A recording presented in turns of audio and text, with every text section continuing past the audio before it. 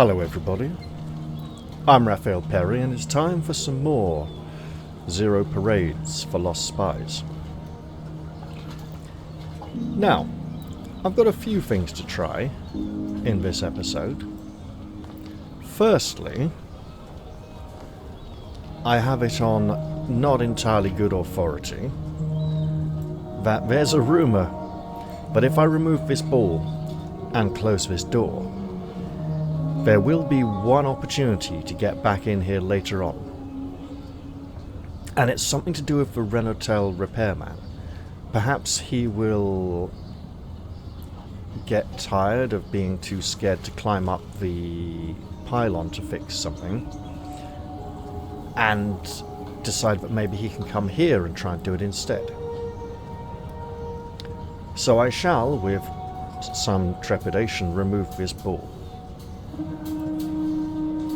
The fire exit remains ajar, ball wedged into the crack.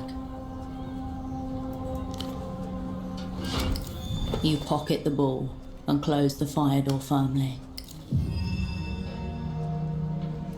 And there is a skill point. Now,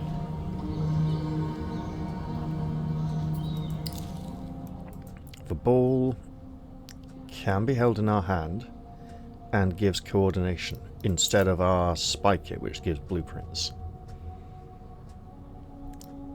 Next, let's see. We have a skill point. I don't want to spend it yet. I believe the skills we want to use in the near future are sensors, shadow play, personalism, and I think grey matter. I'm not entirely certain.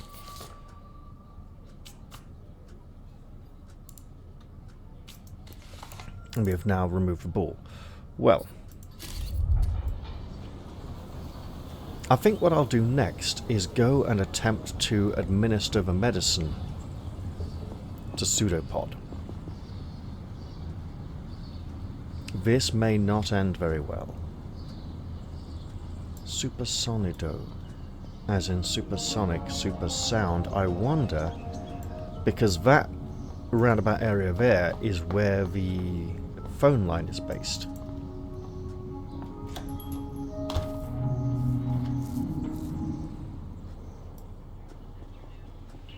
Let's head upstairs and see how bad this situation is.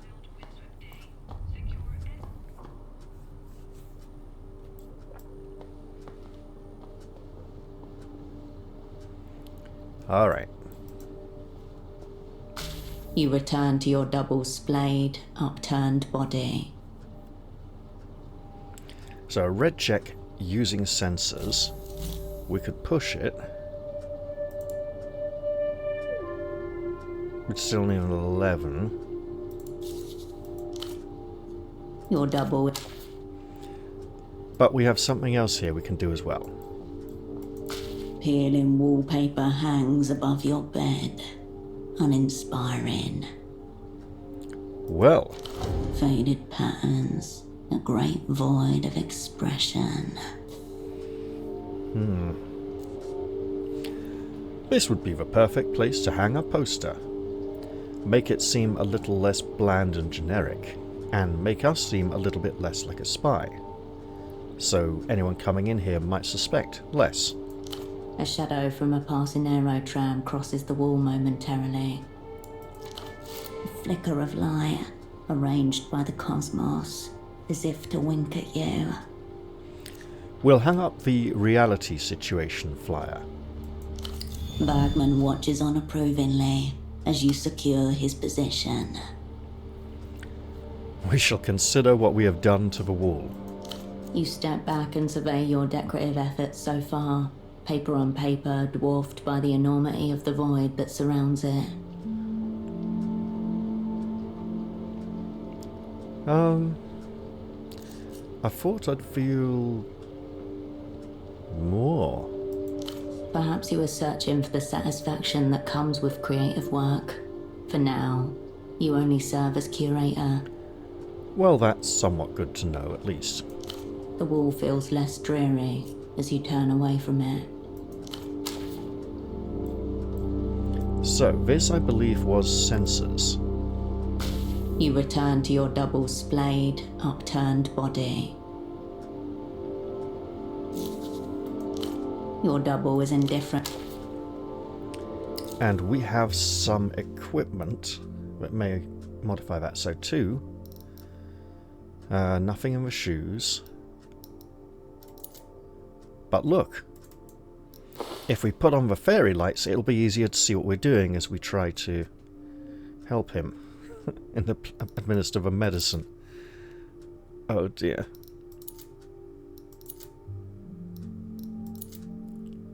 I'm just checking in case...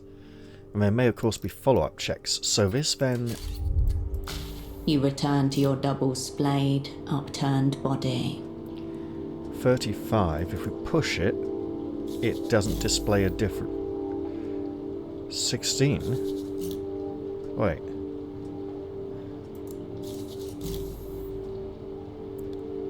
So without pushing it goes to a... That is weird, hang on. 10... Hang on, that is... What? It seems to have inverted it. Your double Right, is hold on. You return to your double-splayed, upturned body. Oh!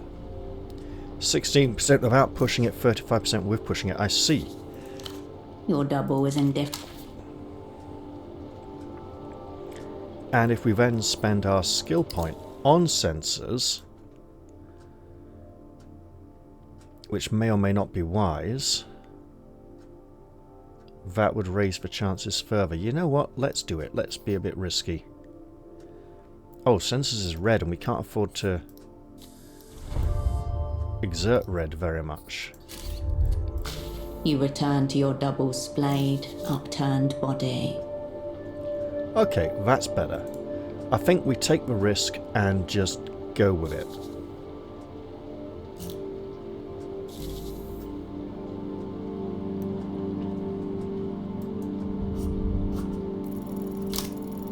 Ooh. Okay. You slip the tab into his mouth. It feels dry, hot, and deeply wrong. And bear with me one moment. Alright, just had to go help my father upstairs. Now, it occurs to me that our choices of skill advancement in the game so far have been fairly reactionary, based on tests we wanted to try again or complete. Almost as if Hershel here has been just sort of tired and going with the flow, which is staunchly against the stubborn obstinacy she displayed at the start of the game. So maybe her next few skill points should be something more personal in choice, something she just wants to go for anyway, regardless of whether she knows she'll need it in the immediate future. Like a bird's nest after the snake ate its fill. We'll massage the medicine down his throat, from the outside obviously. The medication swims through his body, drawn with every breath, every beat of his heart, searching for the right pathways. Now, before I was interrupted, I was going to say that this success on this test doesn't mean that we'll fully revive him, but it's a more successful outcome than the failure, which was quite probable had we not invested heavily in this result. So we might be able to get a little bit of information out of him before he lapses into a full-on coma or something. There's something wrong. Yes, there is. I mean, apart from the fact the medicine was given to us by a madman. Nothing is happening. No movement. No reaction. Maybe the drugs are bad. Must be a duff diagnosis. We'll wait. Maybe the drugs are bad. The rhythm of Pseudopod's pulse dances like code against your fingers. speaking the truth. Then we shall listen. Thump, thump, thump. Oh, our fatigue is rising. The Watcher has abandoned his station. We'll shine a light in his eyes. You take out your lighter, press the flint wheel to its familiar groove in your thumb. It strikes. First time. His pupils do not contract. His pulse does not change. And this was successfully administering the medicine. What would happen if we failed? Would he have bitten our fingers or something? Pseudopod! Nothing. Well, we've been pushed towards this release here. And options have been narrowed down until it's all we have left. We'll let go of him. A ripple of goosebumps across your back. In the absence of immediate danger, the fear crosses you only delicately. A whisper upon your neck. This is not an unconscious body. It is a breathing corpse. Your double is indifferent to the world.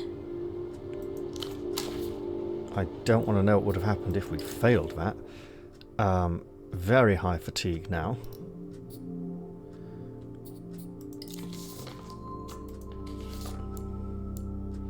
Pseudopod didn't respond to Gonza's supposed treatment at all. Quite unsurprisingly. Let's hope he didn't react negatively. Now, do we have anything at all that might reduce fatigue? We have these. No. These all increase fatigue, and we do not have money. And now we can't force red checks.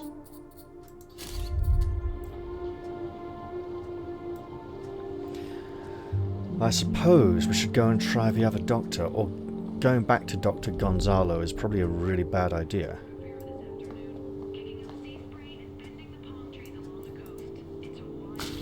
I'll print. Okay, we can't tell her to do anything to help him. Anything. Then let's head back outside.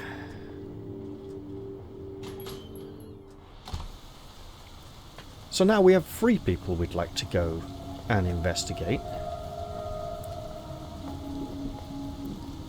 Potentially more. It's raining. Let's put our coat on. Get a little bit of protection from the rain. And you know what? Maybe keep it off our head. It's kind of like a hat.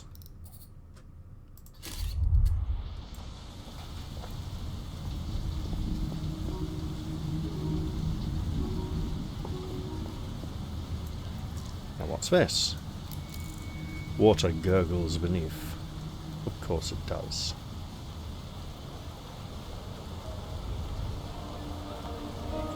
Now I've tried all avenues of rental repair chap, and I don't seem to be able to get him to open up or lend us his tool in any way.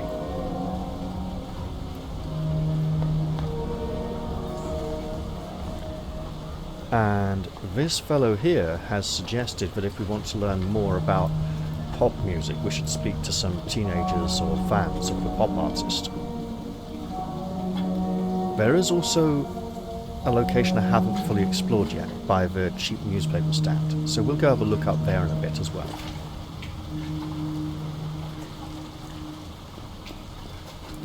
And how are we doing for experience? 40 points. Right.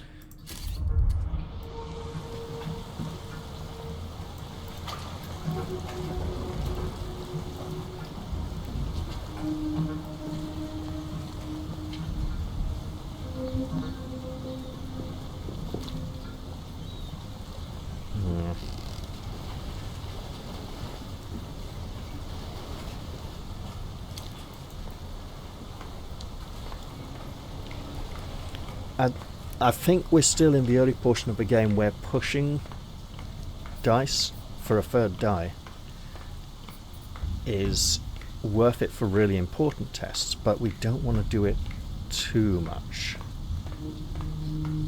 because it shortens our day, essentially reducing the amount of activities we can perform in a single day. And we do appear to be on some kind of timeline. However, while we're up here... Ooh, what's this? An imbalance in your step. The platform tilts to the east. You've come back. I closed the fire exit. Oh, that's 41, 68. 68's good. We'll try.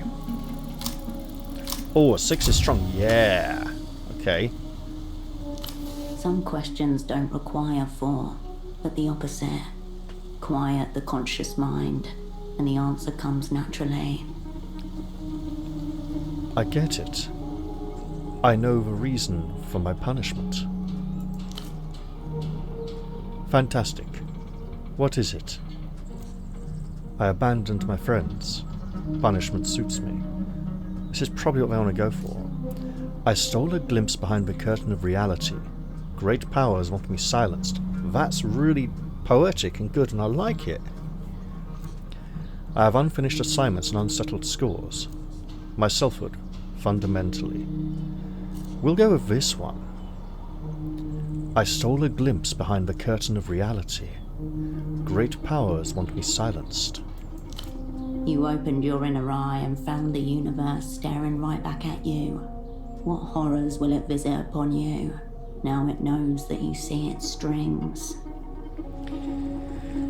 Perhaps grey matter and poetics require some advancement. The pylon man turns his head ever so slightly. I've unlocked strange powers, using them as a great responsibility. We say, wearing a bright pink wig, or intangible forces are targeting me, sabotaging my every move. And that's like saying, you know, they're picking on me. Let's go with this instead. I've unlocked strange powers, using them as a great responsibility. You hold yourself back because you fear retribution, or your own incompetence. Either way, interesting. He frowns. A new thought has been added. I closed the fire exit. I saw a true public service you've performed. So let's see what we got here. I was of two minds about it. I fear I may have made a grave error. Sinister forces placed the ball there to corrupt order. The ball's happier with me. I'm going to brain my enemies with it. Well, it was ontologically intolerable. Ontologically is not a word I'm familiar with. But I was concerned about wanting to go up there and use that computer terminal, so I was of two minds about it. I fear I may have made a grave error. Interesting. You set my thoughts at ease while troubling your own. Thermodynamic, in a way. I'll think about this. Oh, if only Thermo Man was here. He'd make some kind of hilarious mistake and we'd all laugh. I hesitated bringing this up earlier, but you might want to know. It seems you have a follower. He did say he'd think of a reward for our service, and this information appears to be it. A heavy-set man, furtive but surprisingly sprightly. He wears a truly garish coat. He surveys the stalls below. A light crackle teases you. Could it be you've seen this person as well? Did you see him before today? I've seen him around before. Yeah. Is he down there now? No, I don't think so. I will, and thank you. I will what?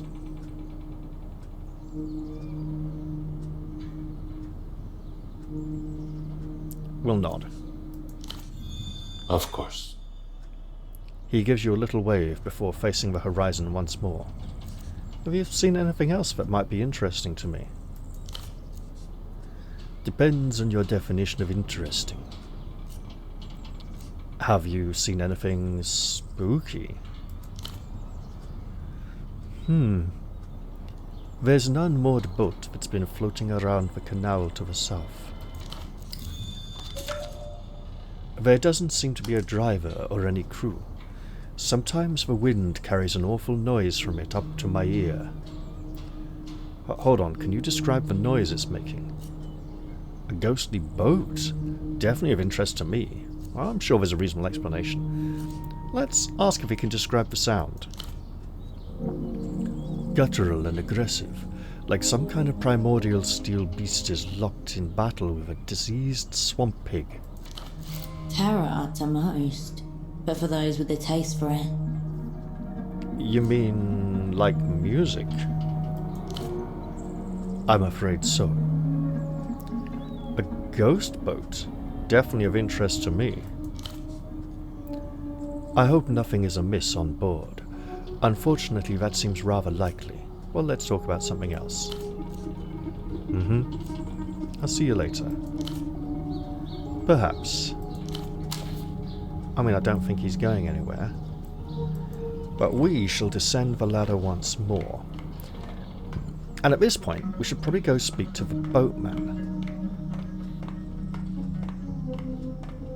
Because apparently a lot of his missing dialogue lines have been added in the recent patch.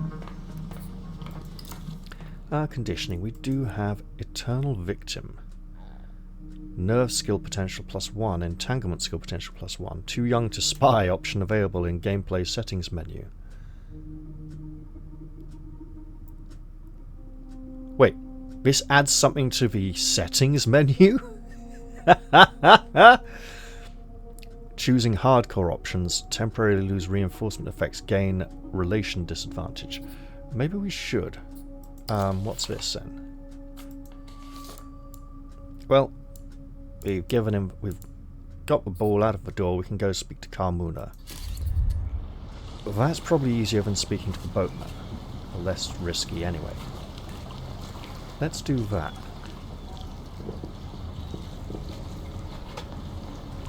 And since we're going back to the market again... Oh wait, this is a...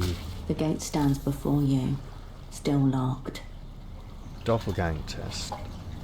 Too many locked doors, yeah indeed. Nobody said it was going to be easy. Do we have... No penalties to the skill. We could create a penalty. Or we could blatantly try to increase that skill in the not too distant future, but shadowplay... Right. Is terribly low and something we should be looking at as a spy. Anyway, hey, let's look at the... No. There we go.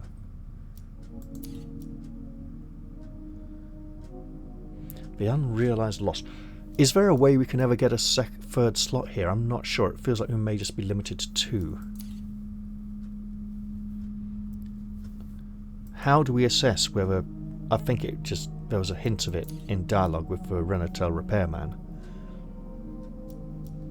Here we go. A kitchen's worth of knives in your back, tire threads across your face. Someone's got it in for you. Yeah, no kidding. Everyone, they're all out to get me. The harder you try, the more they come after you. That's the lesson here. Half a decade on the shelf, on top of a lifetime of closed doors and missed chances. You'd think the universe would throw you a bone by now. All the universe does is take, and all I do is give. Or, no, I don't deserve a bone. Or, could it be the whole universe is against me? It would make sense. It's not you who's failing. It's everything else. A vast and utterly unsalvageable unfairness. Interesting. I'm trying to decide if this is the same actress as the main narrator, without the croaky, scratchy, damaged voice acting. There's a slight hint of an accent here which is absent in the normal narration. It doesn't have to be so hard. You wrestle with the guilt, the shame. But if you just said, the world did this to me, some of that weight would be lifted.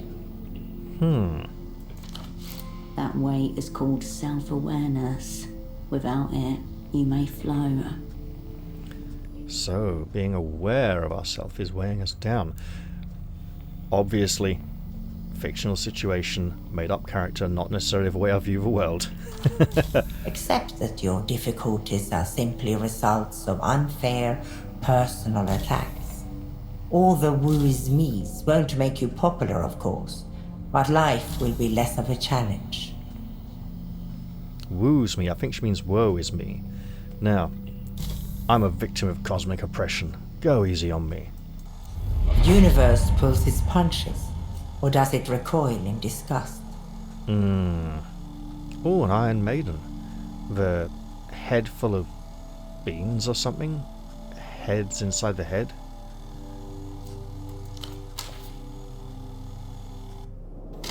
So now what? We get a...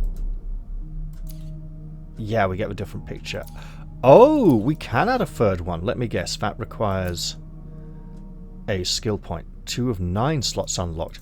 Oh, we should definitely unlock more slots.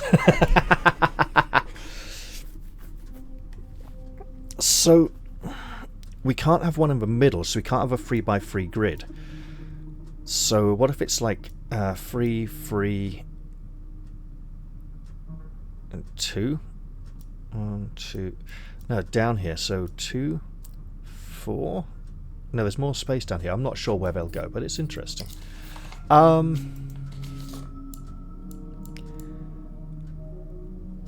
Constance wants you to fix the fax machine. We did that ages ago, so what's changed? Oh, the boat. Right, okay. The gate stands before you, still locked. So we can't push this. Might as well try... Wait. Yeah, give it a go. Ah, no. Oh! Nothing. The gang's very disillusioned now.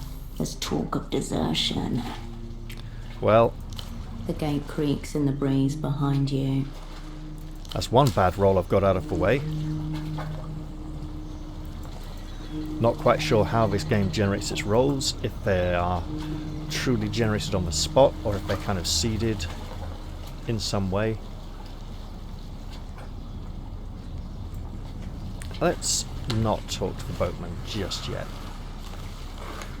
Let's go back and speak to Carmuna.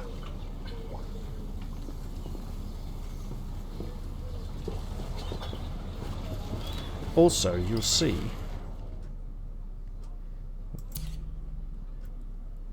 Oh no, good.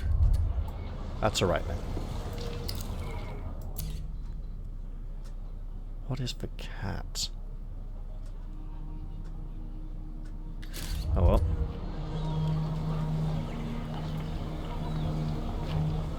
So what does this do? Settings. Gameplay. Too young to spy. When enabled, the difficulty of all active checks, red and white, is lowered by 1. Okay.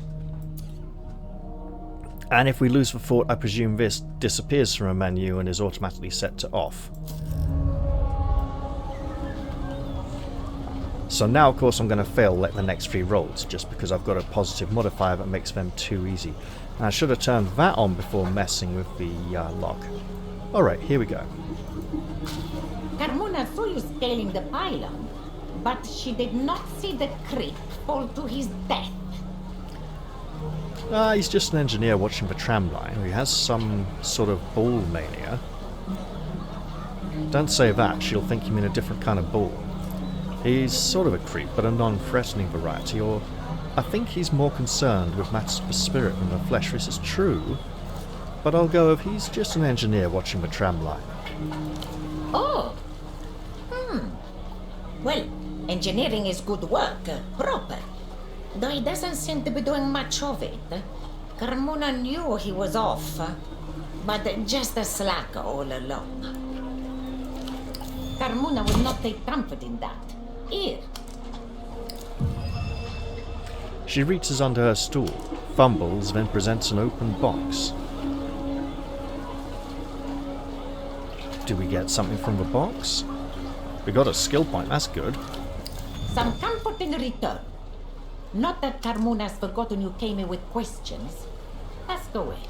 Cool team gloves. Suppose they might make us look younger. Fingerless, expressly for the purpose of showing off sparkly nails and hand tattoos. Not remotely warming. Grail of adolescent desire. But we have dry old lady hands because we're middle-aged. But we're too young to spy, apparently. And we're going to want to increase... Well, we did okay on the grey matter test. Shadow play is very low, and we will need it with the boatman at some point. Why were you so worried about the pylon guy? You were going to tell me about my colleague from the superblock. Do you know what this is? Okay. Why were you so worried about the pylon guy? Well... She lowers her voice, punches forward. The dock workers suspect that they found an agent of the Weeping Eye working right here in the bazaar. Yes, I might have met him. Your heart convulses at their mention. Oh, even more fatigue. What made them think that? Found him taking Lucian money. Carmona doesn't believe it, though, Menina. They got the wrong man. Dock workers should have kicked his face backward. Should have kicked his face in, yeah. Taking money from a Lucian source proves nothing. What else was there? Tell me about the man they accused. There we go with this. Taking money from a Lucian source proves nothing. What else was there? Oh, nobody tells Carmona. But still, they got the wrong man. Really? He bought a beautiful coat from Carmona's stall just last week. A real gentleman. Nobody with the eye could be so polite or have such a good taste in outerwear. The dock workers must have had more information on him. Find out what you can. If there are Weeping Eye here, you need to know why. Describe this coat.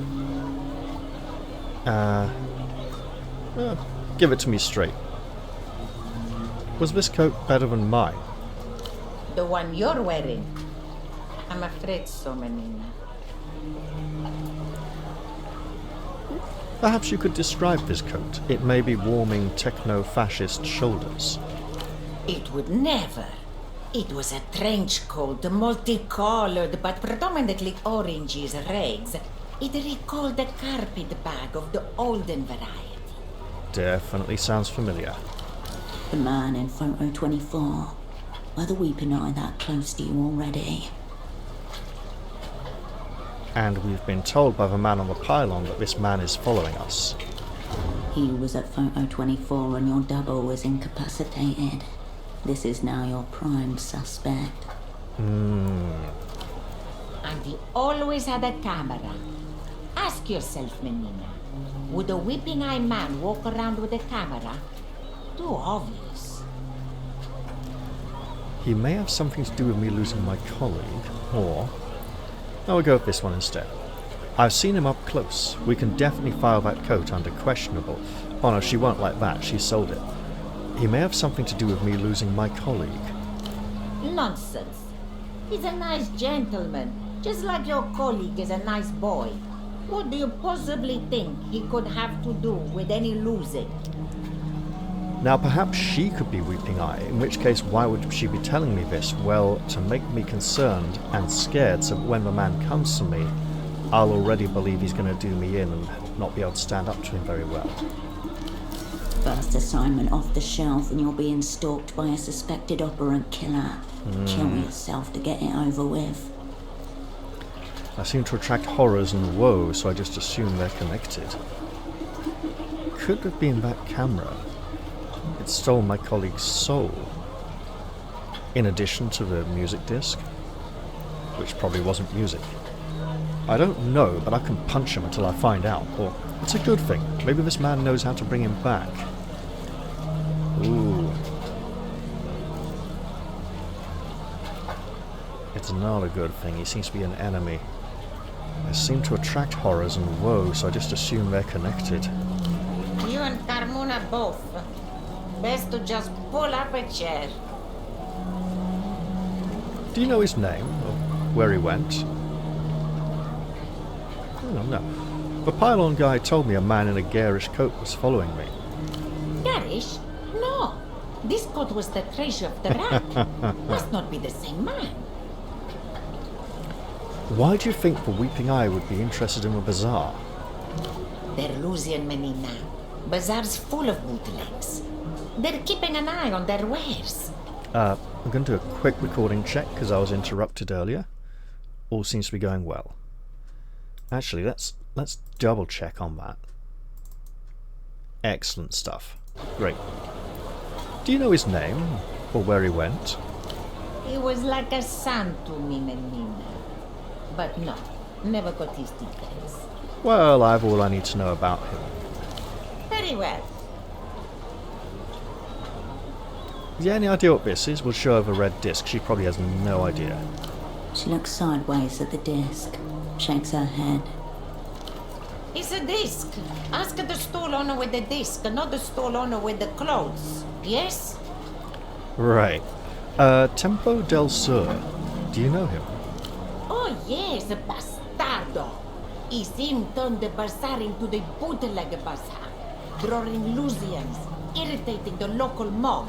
It's all men fighting, while Carmona sits. And she likes sitting. Haven't seen him or his assy assistant assing around for a while. They're probably shacked up somewhere, making the angels sick. Hussing. You used hussy as a verb. Who's this hussy you mentioned? Carmona doesn't keep track of hussy names. Who cares? She just smokes and skims clothes off the top of the shipments. Things we don't notice. Right. And she's been collecting our payments for the last few weeks. Suddenly, we low people must tolerate a teenager managing the place on his behalf. Maybe we should wear these teenage gloves to impress her when we see her. Tempo is not attracted to women. Whoever this girl is must have had a different relationship with him to the one Carmona is insinuating. Indeed. I won't have it, Manina. She may run the bootleg bazaar, but she doesn't run her Doña Carmona. Tempo was my friend once. Well, you ought to choose them better. Let him know he's a bastardo next you see him. Well, I did say once. Did you notice any strange behaviour in Tempo recently, apart from him disappearing and delegating all his responsibilities to this other person? He's not been himself. You know, he used to drink. Then he stopped. Perhaps he slid back into the bottle without Carmona noticing. Right.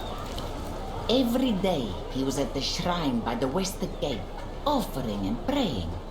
What business has a man like that with the stars? Now, we've been to the shrine and we prayed. It was beneficial. Well, that's enough about Tempo for now. Enough indeed. You were going to tell me about my colleague from the superblock. Ah, yes. He was fine superblock suey. I should have known you were cut from the same cow the way you scaled that pylon. Really? I sent him to the docks west of here. Head boatman there reports directly to the bazaar manager, in charge of imports, exports. Maybe he knows where he went. Right. That's the second time we've been directed to him. I think possibly the first time was by her, and then also by the man who sells recordings. And she knows no more than you did already. Alright, well I'll see you for now then. Don't forget to check the racks. Maybe I should. That could be some kind of clue. We completed something! Yeah! Different picture. No longer is it a picture of the pylon. It's his empty face, devoid of detail. Glasses are lifted off, and inside just a reflection of the city. Or something worse. Wait, the glasses aren't being lifted off. The bird is pulling them off. Which means this could be almost like blood coming from his head as it flies past and scratches and pecks. Ooh.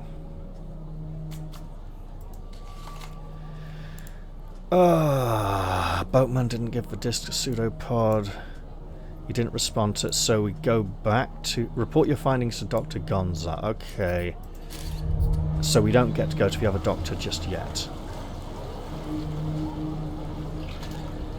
If we're going to see a medical man, we should probably take this wig off so as not to give a crazy impression. However, he is completely insane and manic.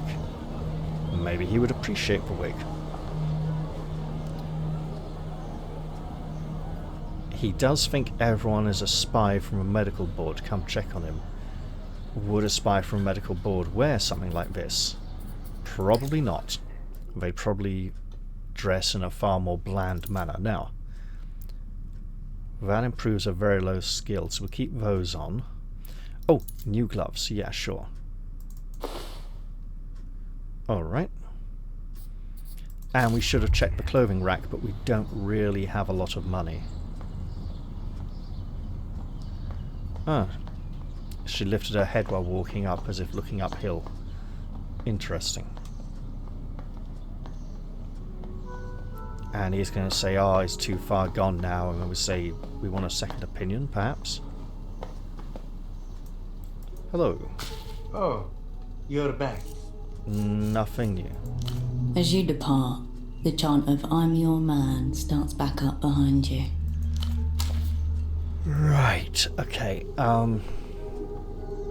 is it this way?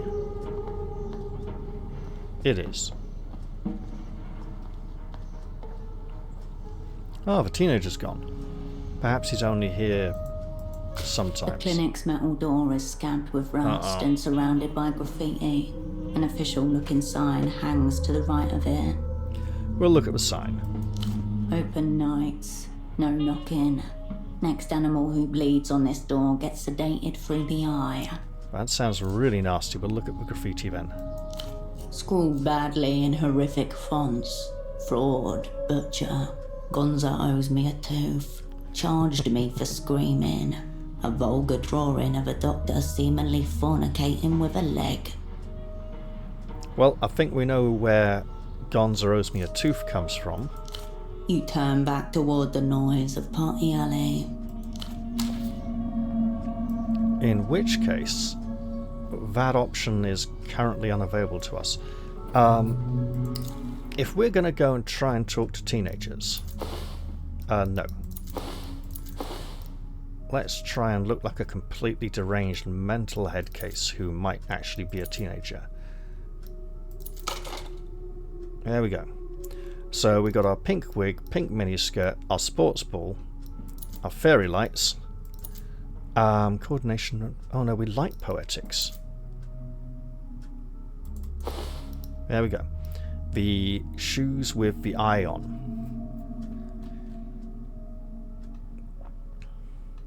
This is, of course, very silly.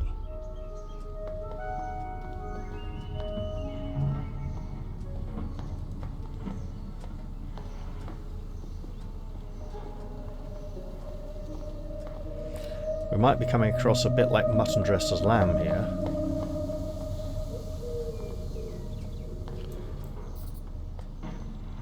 Squished pelota ball. What? Can we interact? Oh! Hang on. What? So we can... Let's try something. It does cycle through. That's interesting. So we can cycle through our handheld items there without needing to resort to the inventory. The stool remains as haphazard as ever. Its payment bucket near empty. We've looked at all of these for now. Maybe I'll look later when I've got more time. You turn away from the piles of books. In terms of consumables then, lose 4 anxiety for a bit of delirium, sure. 2 fatigue for that, that would be really bad. I don't know what happens if we go over the limit.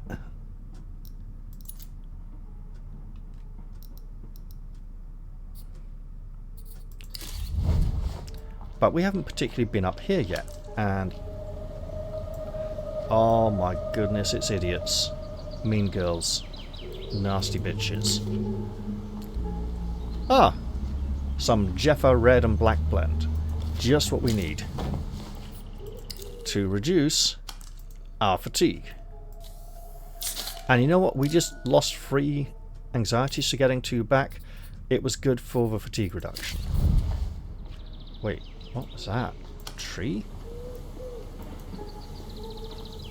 The tiles of this plaza seem to radiate outwards from the strange tree at its center, unlike any other you've seen in this city.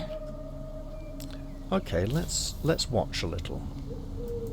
Time passes, but you take no note of it. You let your vision decouple. The tree becomes a pleasing blur of light and shadow. It's all very aesthetic. We'll breathe in. Nothing much happens. Huh. What tree is this?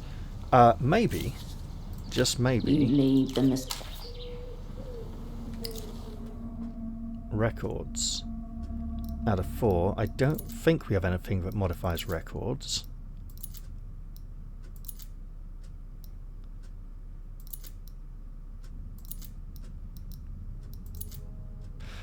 We could reduce the odds. Ah, let's just roll it anyway. You find yourself before the strange tree once more. I'm not going to push it. If we fail, it's a white check. And we get a bad dice roll out of the way. Oh, yeah. Yellow tree. Got it. You leave the mysterious tree to its business. It's a tree, and it is yellow.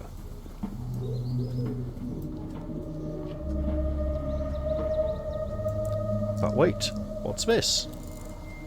The stonemason stops to admire his patterned brickwork around the new sapling. Oh, that must have been a very long time ago. Anything up here? Why, yes. Your odds of winning this lotto are roughly 0.00065... Was that 38? Very low, essentially. Very low indeed. Now there's something here. Oh! Pero Pale. Will it reduce some fatigue? No! It'll do a nice little shift and reset our anxiety and delirium, though. Sure, let's be drunk when we talk to the mean girls. Shimmering diaphanous cloth catches your eye. Well, what could this be? A mesh bodysuit? Oh, but this'll go there instead of the Technoflex. Okay. That's our coat.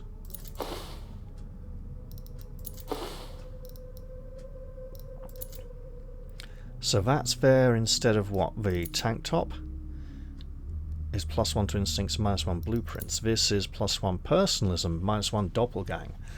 A skill we frequently fail anyway. Okay. So now that we look almost entirely deranged, if we take those off. Yeah, so there's a weird edging to these. Outside the lights that overlaps, as if it really is like made of paper and being overlaid on top. Put this on as well to be crazy. Nah, we got our pink wig. That's better for talking to these deranged lunatics.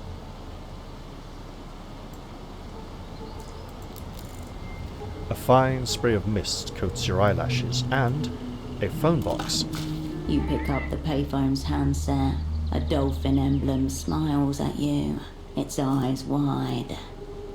Let's poke the dolphin's nose. You can almost feel the texture of its wet, rubbery skin. Soft, smooth. It's just a little plastic dolphin. There's no way you're actually getting satisfaction from this. Oh, let me have this, okay? Fine, but some soul searching may be required once you're done. Oh, almost definitely. You step away from the payphone. Now, what is this? Oh, we have a skill point, I see. Yeah, let's hold off on that skill point for now. It may be needed. Ooh, there's a sign. Televised boxing's taken off in recent years, and this. You're confronted by a striking image in bold red and black. A woman perched on a sofa in a simply furnished apartment. A handgun lies across her lap. On the table next to her, a beverage in an appealing slim can. In white text, contrasted against the black shadows, the words, "Safe house is anywhere." Fort discovered latest synthetic desires. I imagine the things they are selling. You know, instinct skill potential +2, all instinct skills.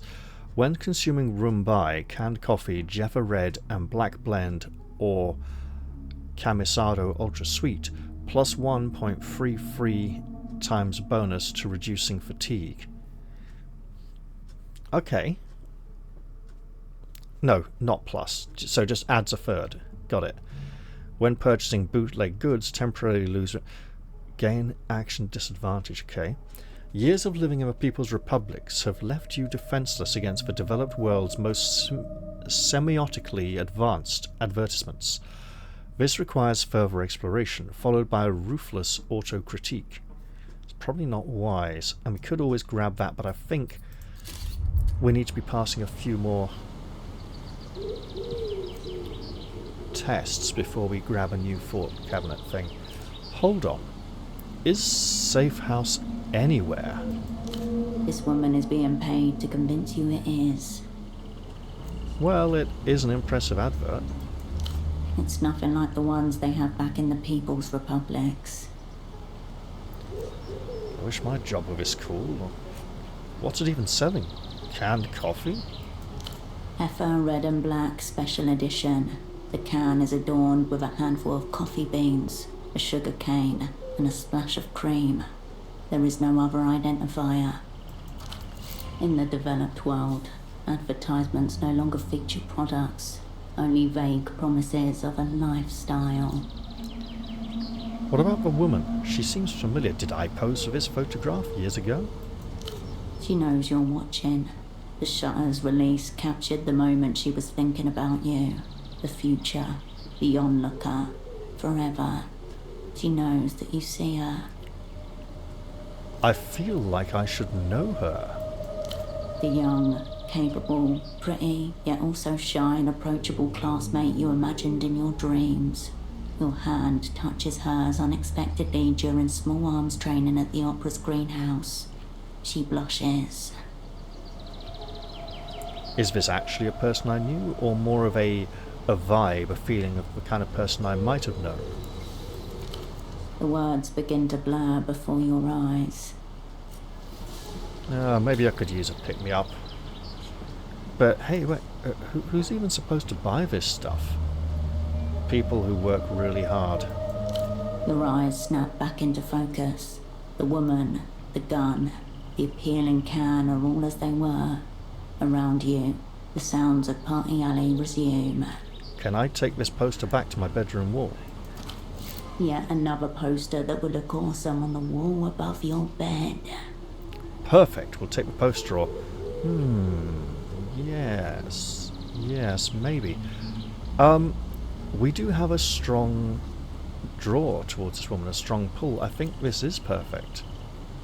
Although that's more like, yeah, okay, we should explore this feeling. Just probably never going to see her again, but nice to have a little piece of something to look forward to. Oh, no, this is perfect. Let's believe in perfection of the bedroom wall.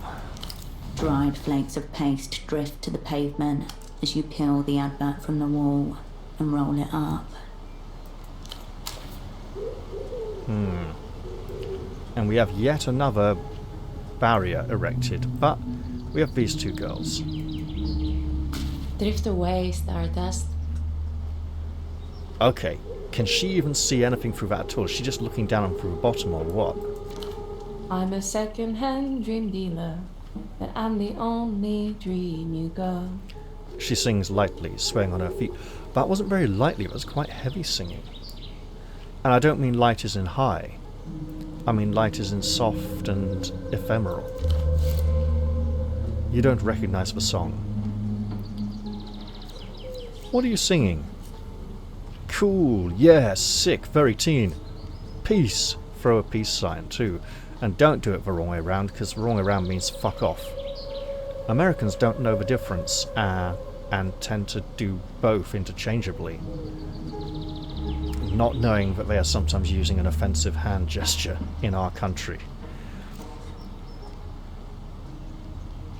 Well, it doesn't really mean fuck off. It means, dear French soldiers, I've still got both my fingers. I can still shoot arrows. You haven't caught me. Because it actually goes back to like when Henry V invaded France with his armies. Possibly a little further back even. What are you singing? Are you being serious? You don't know Ultravioleta? Oh, you have no idea how much I know Ultravioleta. I've got a rare unreleased single that you are not going to get to listen to because it's been erased. And it not only was tape wiped, but it wiped my friend's mind as well. I imagine that Ultravioleta has the same twin ponytails with the purple streaks in that these two girls do, which means this one probably has the big black fringe as well. Ultravioleta, the Lusian pop star, the one who seems to be everywhere suddenly, but also missing, possibly a publicity stunt. Oh, so are those L-pop costumes, or your agents of Lusian propaganda? Deprogram yourselves. Probably true, but I might want to get something out of them. So, pretend we're old and don't know that much, yeah. So are those L-pop costumes? Is that outfit your middle-aged history teacher costume? I mean, sweetheart, if your history teacher dressed like this in school, I'd be a little surprised. Don't be mean. We're representing the Ultras right now. It's not her fault she looks that way. It's not her fault she looks that way. She went a bit estuary there at the end. That was funny. She started kind of continental and went almost full on Cockney. Pity on her face. The teenager pities you. What? I'm trying. Look like a total has-been. Failure. This is what we call fan shifting. We become Ultravioleta, and we sing her songs as an act of faith and love. She speaks slowly. Is it earnest or ironic? Your head swims. Fan shifting. Do you recognize this Ultravioleta track? Oh yeah, Ultravioleta, I know all her songs. Don't say that, they'll probably test you. Probably by singing something fake and expecting you to fall for it. So, Ultravioleta is missing. Speak to me of these ultras you represent. Wait, fan shifting? Yeah, we're fan shifting right now. Not surprised you've never heard of it. She adjusts her mask, probably because no one has, lady. We like to do it together. It's fun to make the costume. And it's nice to sing to the world when it listens. You know what? Maybe it is nice to sing to the world a bit. You look fantastic. You look like two spare dopes. I respect the time and effort you've put in. That is something a middle-aged person might say in a situation like this and get a negative reaction like, yeah, of course you do. Everyone does, or should, yeah. Can I also shift along with you? I can be post-career ultravioletta. The retired one. Ah, you two look fantastic. Maybe they'll be able to take a compliment without being mean and nasty about it. Thanks. Okay. Obviously. Yeah, she might be the meaner of the two. Are you having fun pretending to be ultravioletta? We're not pretending. Why can old people not wrap their heads around it? Because you're literally pretending. Ugh, like that guy with the weird headphones the other day. Was he creeping on your costumes? Sneaking up on their costumes? That doesn't make sense. I don't have weird headphones. I'm not a guy, I can totally get it. He was so weird. Completely ignoring my insistence that I'd like to try and understand if they just give me a chance. He came up to us out of nowhere and said, in some territories, impersonating the monarch is a crime punishable by death. Death. With weird headphones, he probably also called you replayers, didn't he? So this headphones guy acknowledges the regency of Ultravioletta. He was an Ultravioletta fan, you think? That's not scary, that's just a fun fact. Maybe he was just warning you not to go abroad like that. It sounds like an obsessive. So you think he was an Ultravioletta fan? And jealous of your beautiful attempts to look like her? He didn't say fan. He said devotee. Ah, like a religious cultist. A bit like you two think you are. But I don't think they're that into it. They're just doing it in a performative manner because it's popular to make themselves look special, doing something no one else does. I don't think they are the kind of devotee that this man with the headphones was. They'd like to pretend they are, but they're not quite as mental as him. Oh, maybe that's why Ultraviolet has been missing all this time. Maybe the weird headphones guy kidnapped her and he's keeping her songs all for himself. I wouldn't necessarily go that far. She grabs her friend's arm. You sure he wasn't just a weird fan? Or wait, slow down a moment. No, the other one's going to catch on and start playing along, isn't she? It's groupthink. They're influencing each other. You sure he wasn't just a weird fan?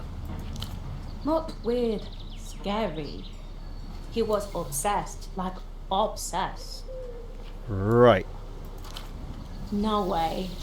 But he looked so old. Wait, no, actually that's so chic. That fits. She likes the idea, she's crazy enough to go with it. It's unreal. Like almost the exact embodiment of the moon glow spirit. Right. These girls are hardly what I would describe as deep thinkers.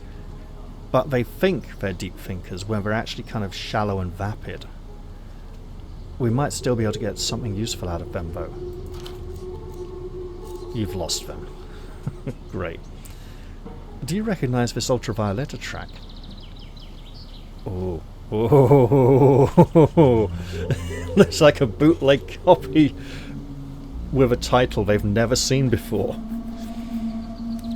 Oh yeah, Ultravioletta. I'm not going to pretend to know all her songs. So, Ultravioletta is missing. Doppelgang. Make them tell you about the headphones guy. We can't push it. 2%, that's terrible. Needs a 12 on 2 dice. Well, see you around for a moment. Sure. Right.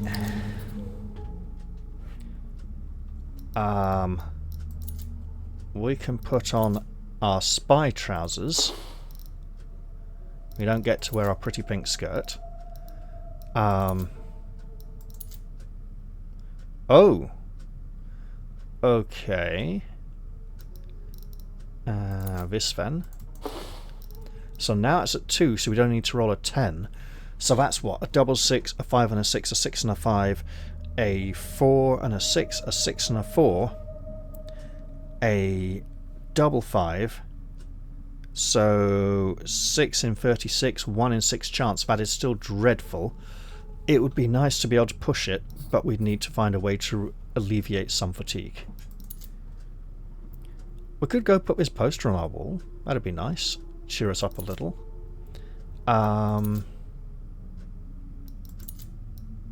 Is anything else we have affecting our skill in a bad way?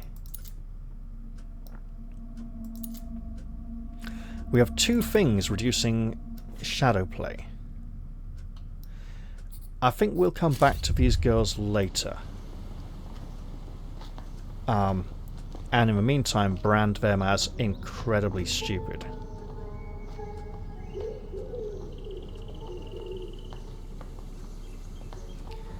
Let's head down this way, past the bazaar towards the docks.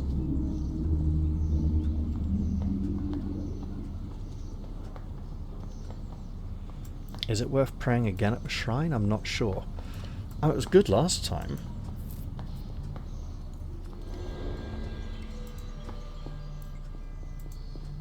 With awkward reverence, you approach the shrine again. Oh, a red check. Okay, roll at least a 5. Pretty good. It's entanglement.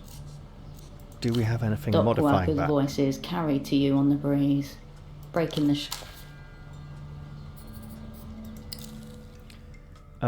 Entanglement is...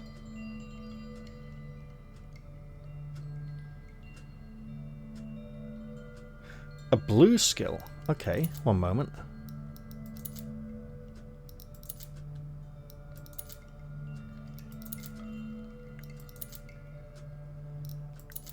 Looks like we have nothing helping it.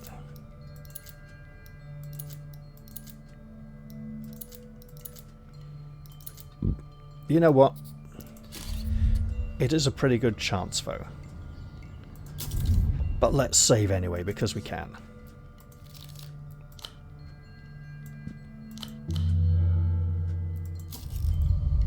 With awkward reverence, you approach the shrine again.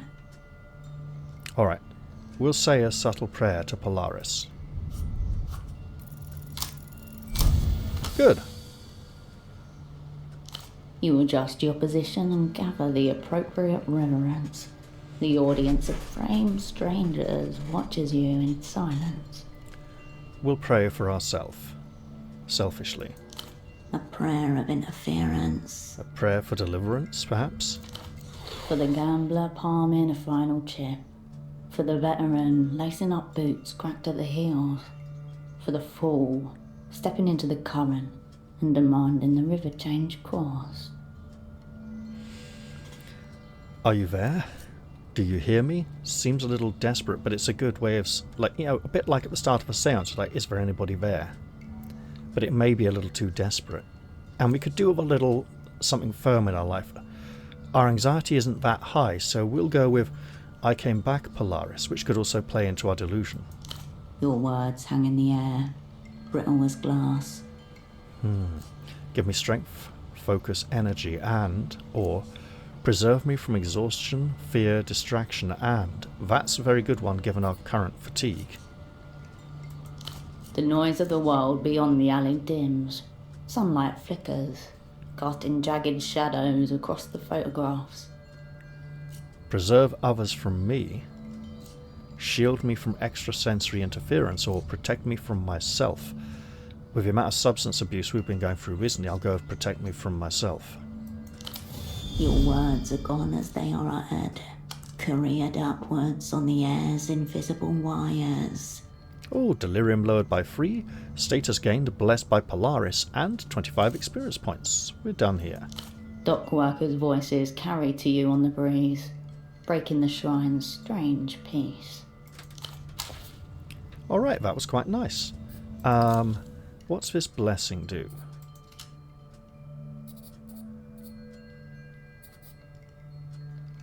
Show me. +1 to doppelgang, cold read, and entanglement. Excellent. Our shadow play is really low. Even if we take our gear off. Oh.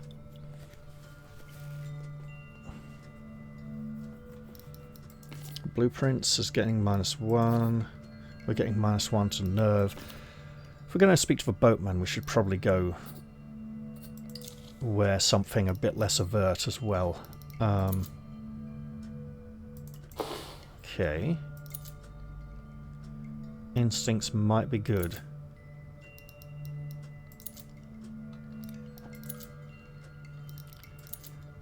Coordination cost of poetics, which is quite high, mind you. And our coordination is not that great, so actually that's a decent enough trade-off. Statehood, I should remind myself what that is. We don't like the nerve reduction, so if we go statehood, now we're not talking to the teenager. Oh, these have got little papery edges around them as well. Interesting. And if we put our coat back on, that would be a bit disastrous, wouldn't it? What is reducing doppelgang at the moment? It's gotta be, well, take that off.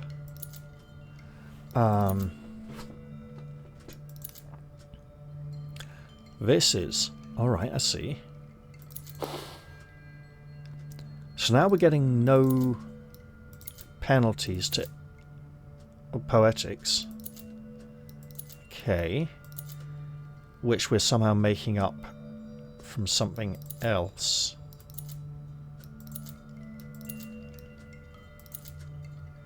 No, it's just odd. Okay.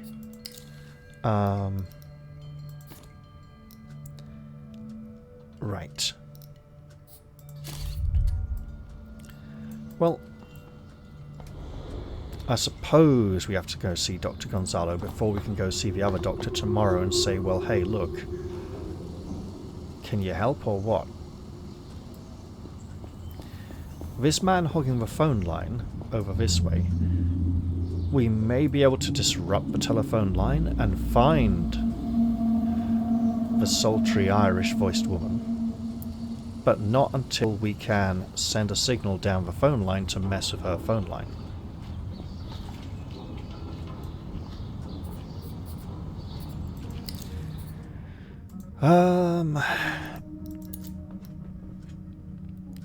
Calming is anxiety, so it's not going to reduce fatigue. Okay. Okay. Let's head back towards the boatman, as all clues seem to have directed me his way. The smuggler inclines his head in silent recognition.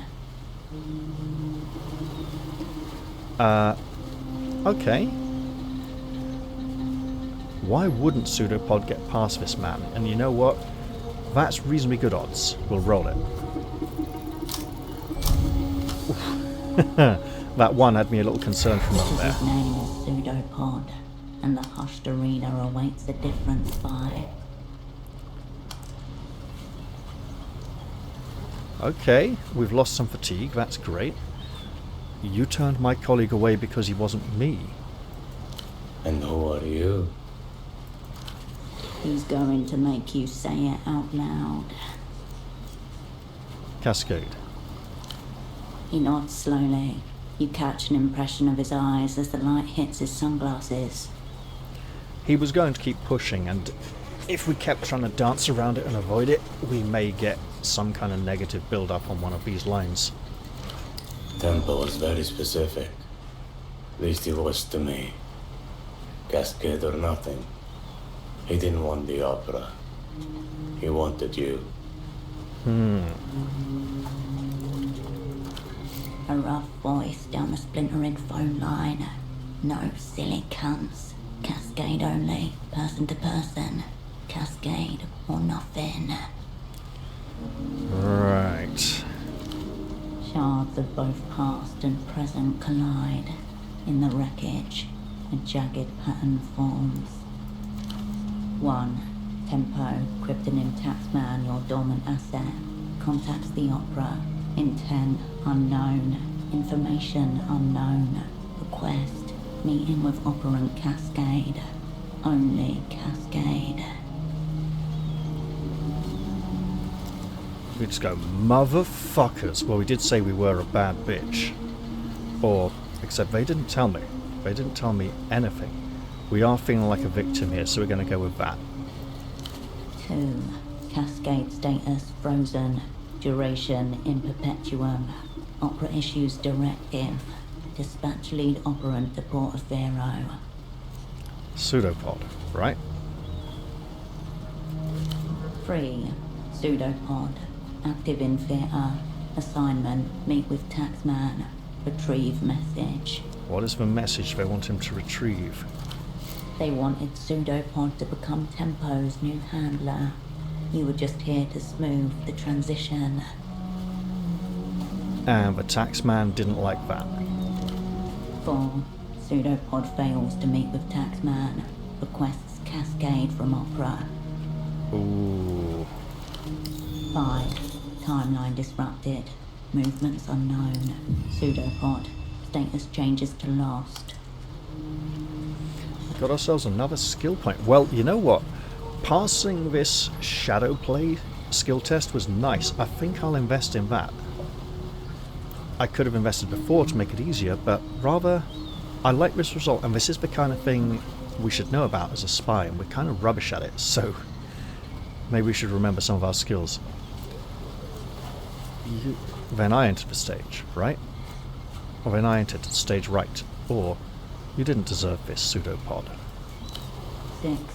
Cascade. Status changes to reanimated. Operant arrives in theatre. Unbriefed. Unassigned. And... Unforgiven. Although, for Cascade, all will be forgiven. What if she does this one simple job of contacting this guy and going, look, this guy's taking over from me? Pre-fucked by her so-called superiors. Finger on the detonator or in the midst of a dissociative episode. Yeah, we're going with that. Questions coagulate, but at their centre a truth catches the lie. This is my assignment. Here's how I see it. Or maybe how I don't. His voice refocuses you. The weeping eye coming heavy. Stop cracking skulls. Tempo gets a wild look in his eye and follows it out the door. You two spirits appear out of nowhere, full of socks and half stories. And now we're all jumping at shadows. I'm Rustamian. People like me, we were brought up to follow codes. I can't follow a code if I don't know what the fuck's going on. I'm sorry you're caught up in the middle here, or I hear distant thunderboatman. Shadow on the sea line. Welcome to espionage. We'll go with this. It's poetic. Is that what's coming next? Feels like it. Take me to Tempo. Let's go. That's our biggest problem. Tempo's gone. Vanished. I don't know where he is now. But I can tell you where he was. He unlatches the cigarette from his bottom lip. Innocent use of past tense, but still, you don't care for it. That's his office up there. Tempo HQ. It's been locked since he disappeared. No one in, no one out. Am I finally going to get that lockpick? Let's see. Any idea where he is? What happened to him? Do the words all will be forgiven mean anything to you? As in, yeah, we'll forgive you when you're dead. When did you last see him? Why haven't you been inside? Okay, we'll go with this. Do the words all will be forgiven mean anything to you? Another one of Tempo's recent phrases. That one was for you, far as I could make out. So he wrote it down for Pseudopod to convey to me as a message. I passed it to your colleague. Thought it might get you here faster. Oh, this man wrote it down. Have I forgotten that the boatman is actually Tempo in disguise and I'm not recognizing him? Another thing my superiors kept... So the superiors aren't forgiving. Tempo is forgiving. That changes almost everything. Well, it worked. Here I am. I have a lot that needs forgiving. Sounds like a coke thing. Another thing my superiors kept from me. Had to figure it out from a cipher. The sock boy put it in a cipher. He tilts his head. People. Very hard. Any idea where he is? Or what happened to him?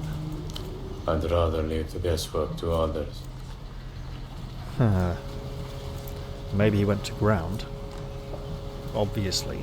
Or left town. Like me, strong ethos, fair enough. Others like me then. You seem to have a better grasp of the questions. Just about. When did you last see him? A week or so back. Since then, nothing. Why haven't you been inside? Because it's locked. What if our man's been in there the whole time in need of help? Or hiding, rather. In other words, boatman, you don't have the requisite it to enter. Neither do we at the moment, really. There could be something about this message in there. But yeah, so, in other words, boatman, you don't have the requisite it to enter. Be it being some kind of key or something. Let's see how you get on. If they've strapped a bomb behind the door, I'll be fine with lacking this it. I'll get in that office. When you're done. Oh? When you're done. He repeats. That's pretty ominous. Did you hear anything about an unmoored boat out there? Surprised you did. It's got some of the local sailors scared. What spooked them? Not sure. One man, trustworthy guy, reckons he saw something thrashing around in the cabin. A beast, he said. Probably dancing spasmodically to the atrocious music. A jolt of fear snaps through you, Uh-oh. writing itself across your face. Unclear if he noticed. He sniffs idly, rolling the cigarette between his lips. What do you think it is? But you haven't seen this unmoored boat yourself. Let me go. Well, if he hasn't seen it, what do you think it is? The thing in the cabin or the boat entirely? Wouldn't like to guess. Might just be another drunkard's tale. The sea's got plenty of those. Do you have a favourite sailor's tale? Why not? Ever heard of Carrick's Fold? One of 8 great trenches in the mapped world. Its edges run from the Telmar Gulf to the Liar Aran Sea. Conservative estimates suggest a depth of 12,000 meters. Sure. But let's not be impatient. I asked for a story, not a quiz. But yeah, I've heard of it. There's a shadow in the depths. Bigger than any ship. Sailors' diaries and logbooks stretching back centuries mention it. Different tongues, same stories. Okay. Could be a massive coral ridge. Maybe a large guyot. But the reports I know of agree on 2 things. First, the shadow moves. With gasp. Never mind, we got other things to talk about. Like something swimming. Maybe. But if so, it's territorial. A deep sea whale, a squid, they tend to cover distances. Whatever's down there does it. Okay. And the second thing. Some sailors swear they've seen lights far below. Not always, but when the sea's dark enough. So it could be bioluminescence, or ask, what kind of lights? He's telling a story here, let's encourage him. blinking. What do you think's down there? It's like some kind of big submarine, isn't it? Estonian folklore calls it a deep mesa. A giant of sorts. A protector. I doubt that's it, but it's the image I grew up with. He smiles. Anyway, stories are stories. Whatever's on that unmoored boat probably is a lot more mundane. Well, I'll see you around. He lowers his head in brief salute. Asking more questions about him. I think we may have explored most of those already. Now, I believe we have 2 skill points. I also believe that passing that shadow play test was fun, and I'd like to do more of that. There we go. I'd like to hold off on the other test until we see what we need to open that door.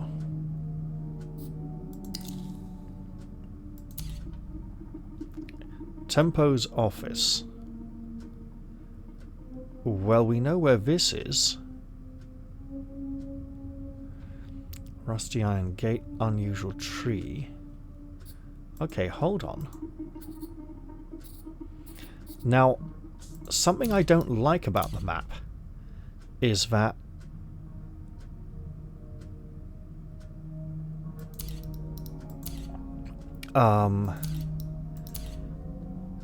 when we unlock a test, it gets taken off the map. What was it we needed for the girls? Something vacuous, no doubt. Tempo's office overlooks a bazaar. Tempo is missing. Well, since we're here, let's go take a look at the office door. I think we might have interacted with it before. I can't remember.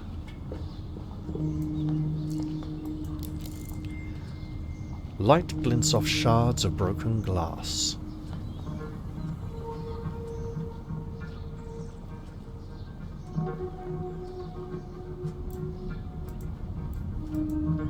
You approach the still door again, this time knowing who it belongs to. Are you in there, teenage girl? Which teenage girl in particular would this be? You step back from the door. Just a minute. What if Tempo is keeping the teenage girl in there? Let me walk under this thing. And what if the teenage girl, or girl in her early 20s, is Ultravioletta in hiding from something as his kind of gang bitch on the side? Right, there could be some kind of connection. And we still have no money. I have this horrible feeling we're going to continue to have no money until we've met with Tempo. There's a lot of expensive things we would like to have, and we have no way of affording most of them. Some of the items have a higher price than the amount of money we started with, which gives me the impression we definitely can obtain funding at some point in some manner. Let's go see the scary teenage girls. Not scary because they could dangerously damage me in some way. Well, they probably could actually if I tried to believe and think like them.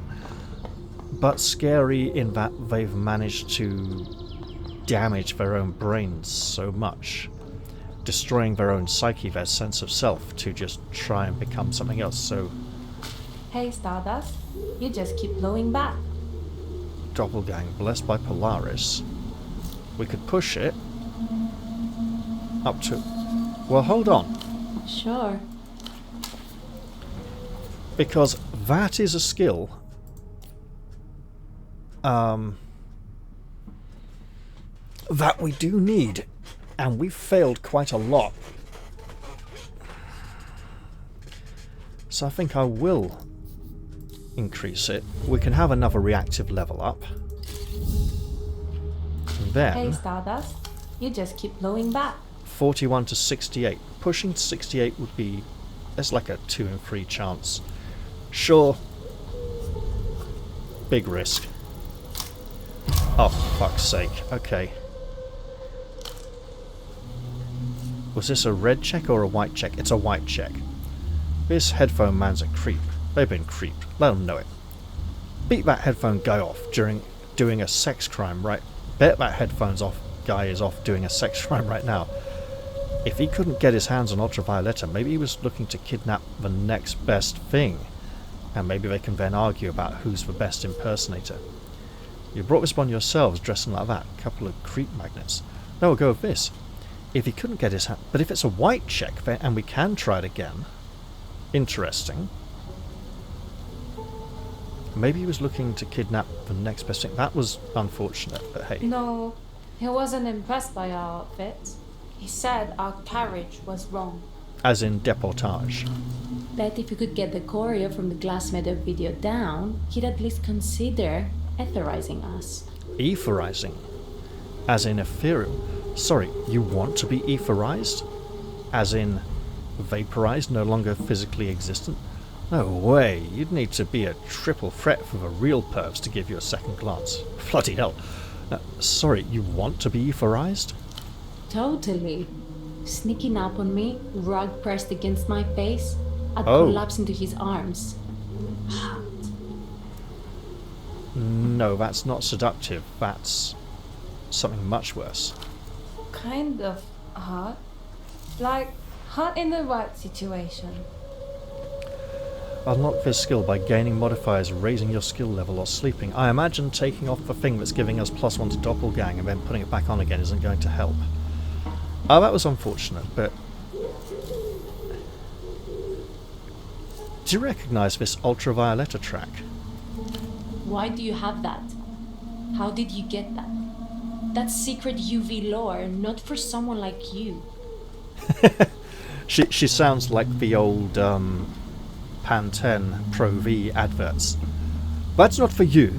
Only professionals are supposed to be allowed to have this shampoo.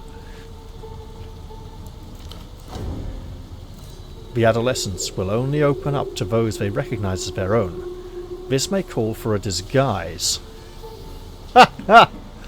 Right, okay.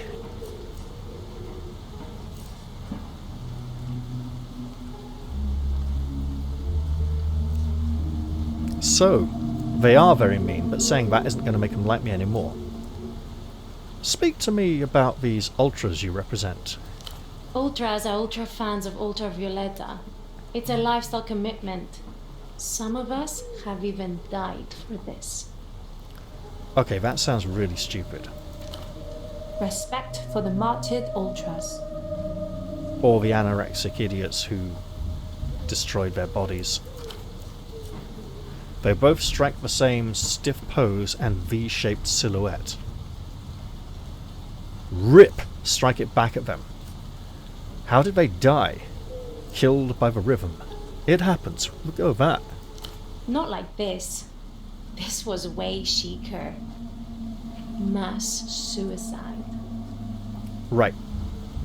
You're idolizing someone who may be responsible for gullible idiots offing themselves. Random acts of self-annihilation are not unheard of in the ultra community.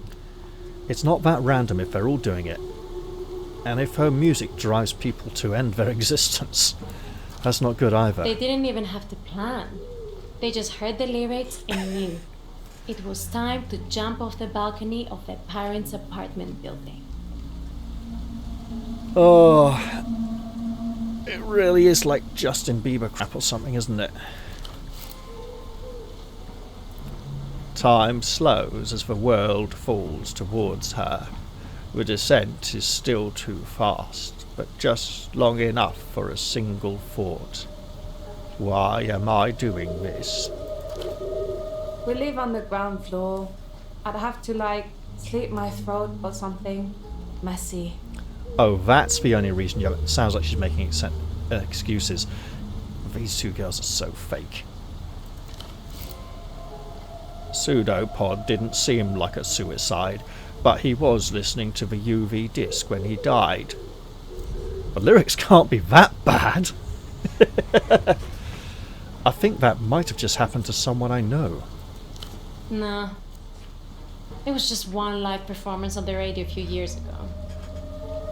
Lucky bitches. No, I think you're the lucky bitches because you didn't listen to it. About Ultravioletta. So, Ultravioletta is missing. They've got the idea from what we said that this man might have done it.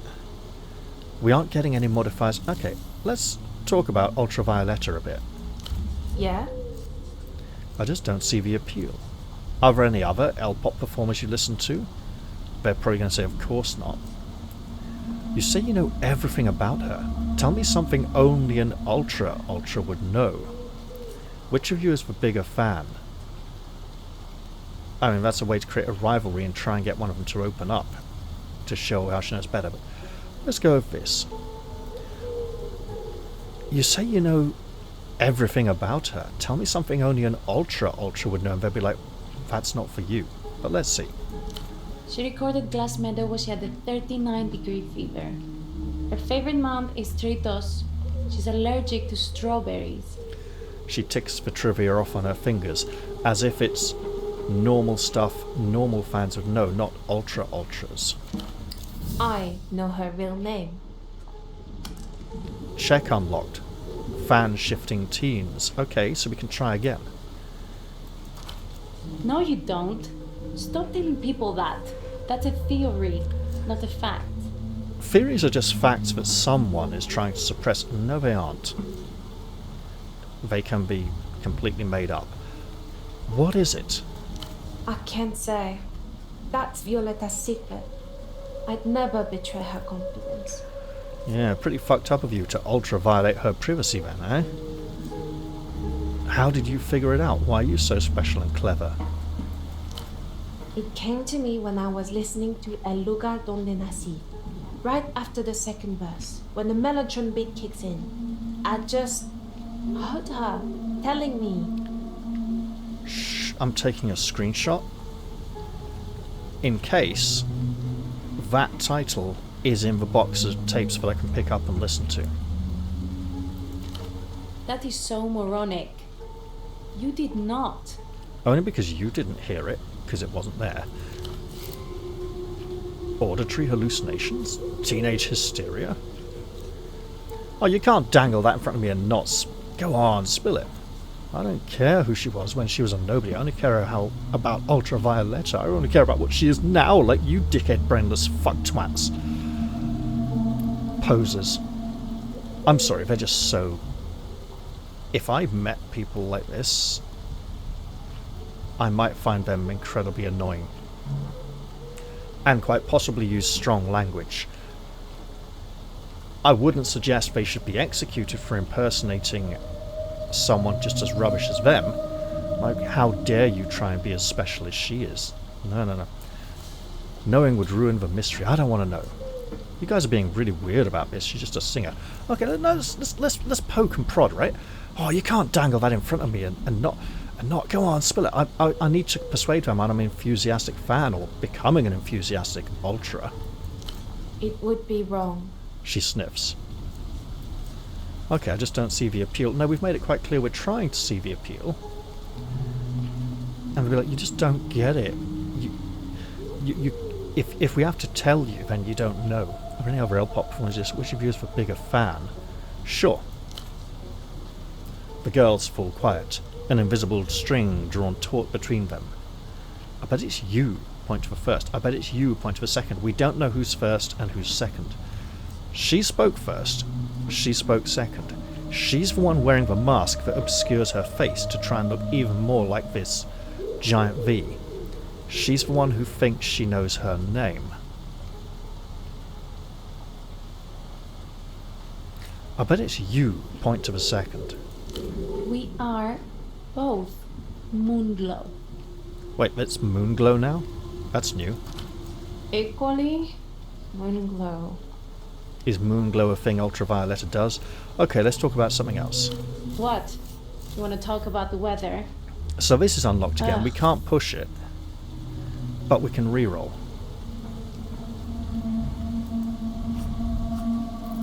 You never know.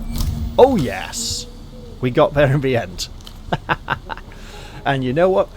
Maybe this feels even more rewarding than failing than if we'd just passed it on the first try. You know, this is dedication. Look at them, all dressed up for gang, but one of them's missing. And they're not doing fuck. There's an umlaut over gang, so then that's not the word gang.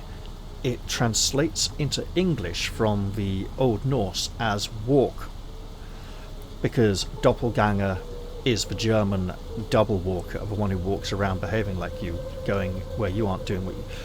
Whereas the Genganger is the Old Norse for like a ghost, the dead walker, the moving one who should not move.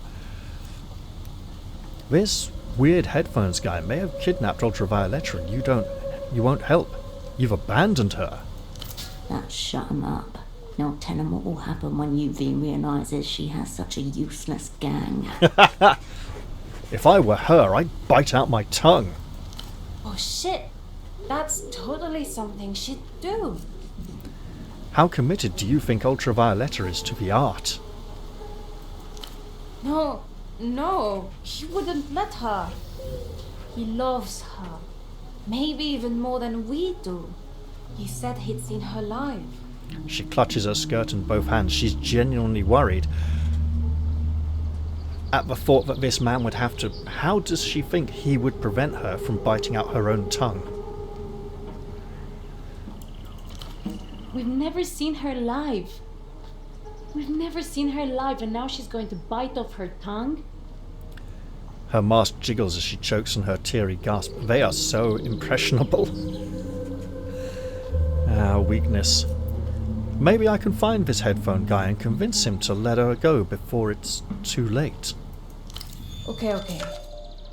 He had a little mustache and a beige trench coat with weird lining. But we didn't see where he went. He could be anywhere. She searches for anything else she can remember. This sounds like someone we've met before. Someone who is following us. We need to make an offering to Polaris. For UV. She entwines her fingers with her friends and squeezes. Well...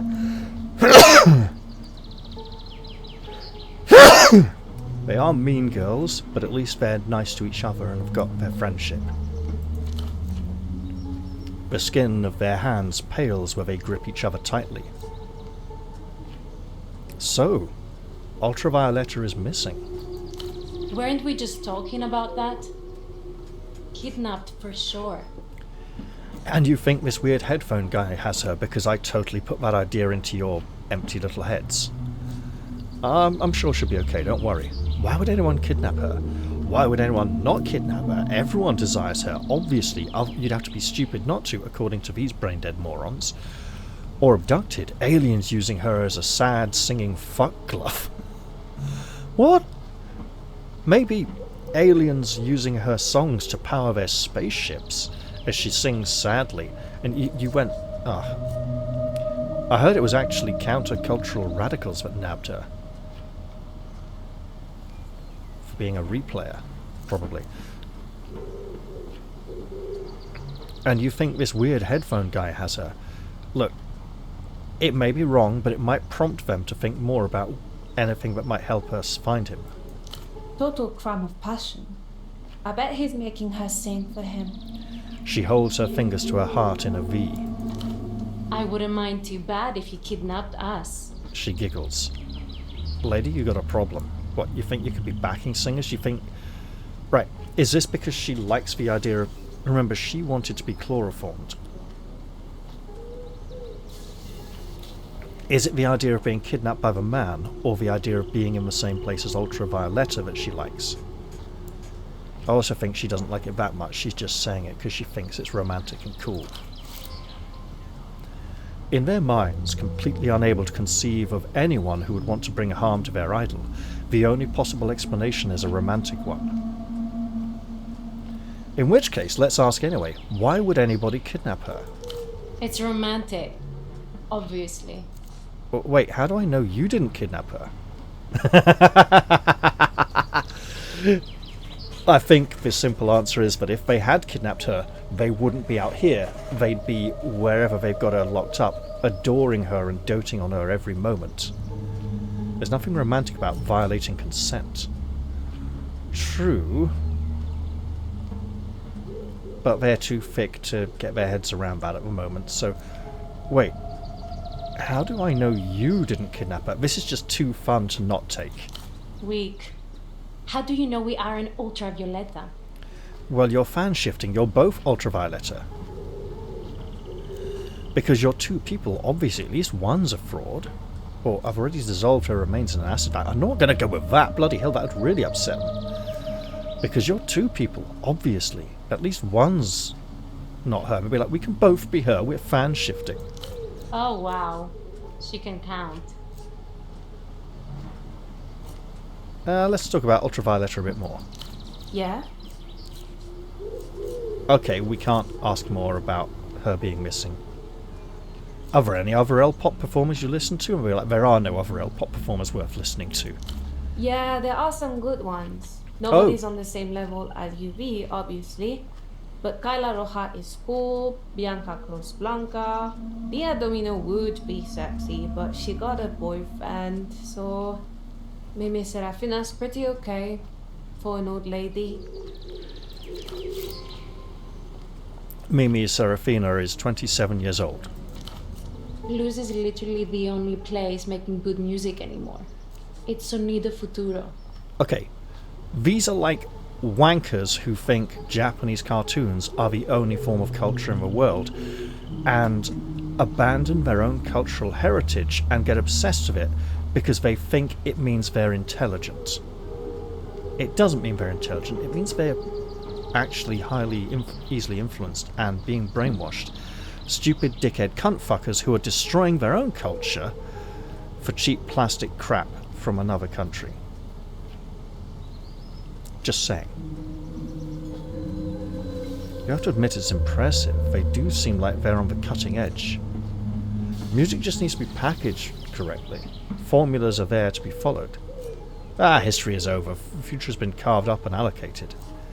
Mimi Serafina is not old. And they'd be like, ha ha ha, who are you, her grandma? Where can I listen to these? There's a stall at the bazaar. The originals get smuggled in, and then somebody here in PF is converting them. Converting them from another format, eh? Oh! If Petra's going on about his format purity, and he's converting things to inferior formats to sell to the replayers who can't abide the pure formats, that would be such a massive hypocritical thing. I feel I might just have to investigate it. You'll have to nick them though. Unless you want to sit through a lecture from the old perv who runs it. You just call everyone a pervert. You're an idiot. You think everything's to do with sex when not everything is to do with sex. Where does the bootlegging happen? Go on. Impress me with your knowledge of this. We don't know. Is there a way to listen to the originals unconverted? Well, where does the bootlegging happen? In the old cinema. Last time we bought an album, Petra told us to go straight there for any new releases, so he wouldn't have to pierce his eardrums with a needle. Right. I say let him fucking do it. He's all talk. Oh, about something else. What? You want to talk about the weather? I could call them out for being nasty bitches, but it's not worth the effort. I'll see you around, girls. Sure. They are nasty, horrible people, and I'm glad I don't have many friends like them. It's nice that they're exploring their imagination, but it's not their imagination. It's someone else's imagination. Like Disney fans, you know. They are exploring what the company tells them to, and not being as imaginative as they think. Right. Weird headphone guy with a moustache. Well, we know pretty much who he is. Having raised this, we should now be able to try the chain cutters on the gate again. But what else do we do? Cannot exert action checks. Can't sleep for like 2 hours. We get bonuses to skills, so now's a really good time to try and open that gate. Oh, but wait.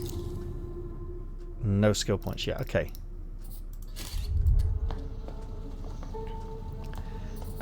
If that is a skill we are wanting to use,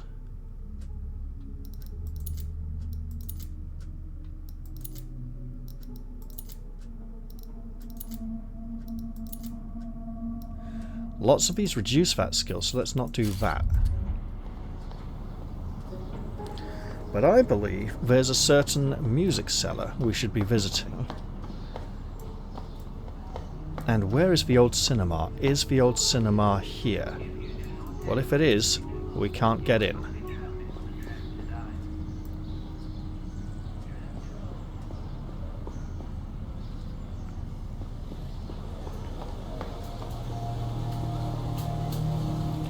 Let's see if we can question him about these brain-dead twats who think they're so imaginative and expressive and impressive.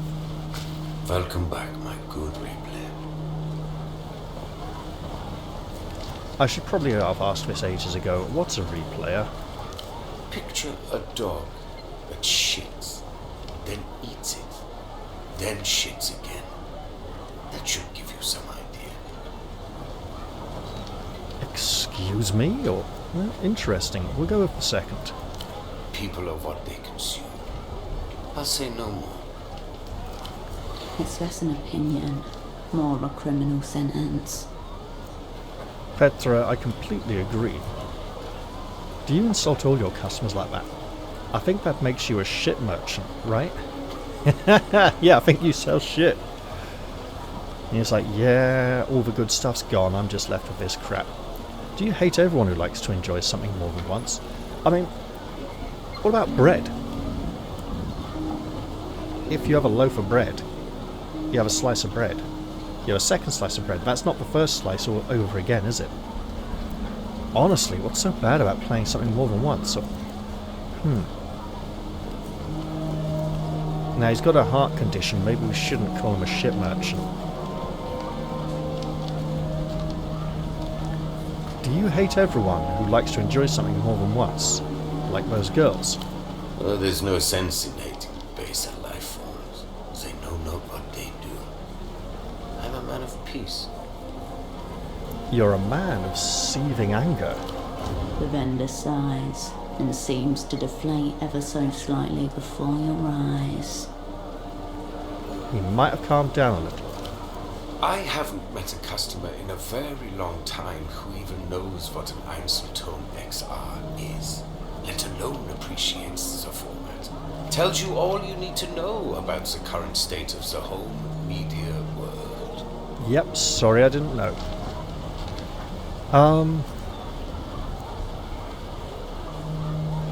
How are you taking to your new teenage boss? Oh yes, her, Blana, Blama, something like that. Carmuna's not a fan. What's she like? You don't mind being run by a teenager? He still gets to his... What is she like? Utterly tasteless. You know the kind.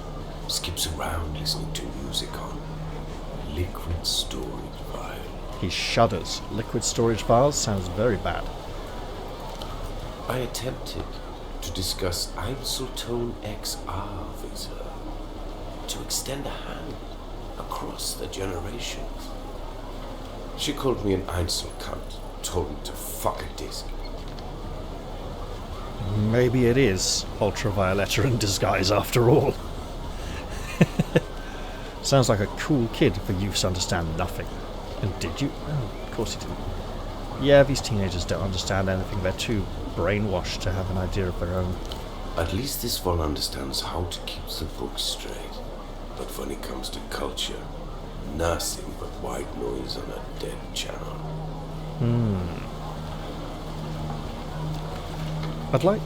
Do I want to discuss the downfall of culture again? Let's see if he has anything new to say. That's what I'm here for. Okay, no, I think not. Yes. It's not like talking about it will make any difference.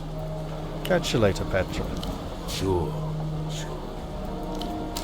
And wonder when we're going to get a lockpick for all of these things that require one.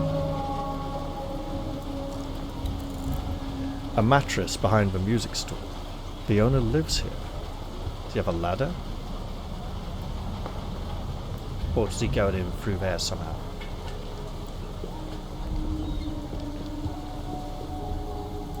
Well, I'm thinking we should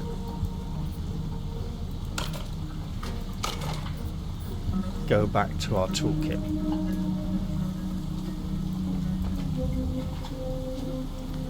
Which... odd. Okay.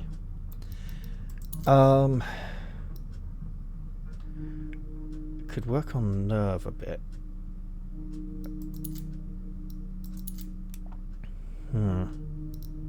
Probably shouldn't make our nerve any lower. Blueprints, records. Coordination could be good.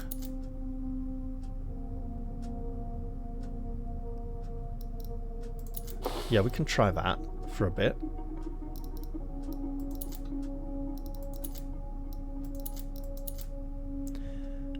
Wait. We're giving +1 coordination for -1 coordination to get the cold read. Could try that. What are these giving? Oh, they're giving an extra point of coordination anyway. Alright, and our poetics is pretty decent if we take those off. Alright. Let's try up here.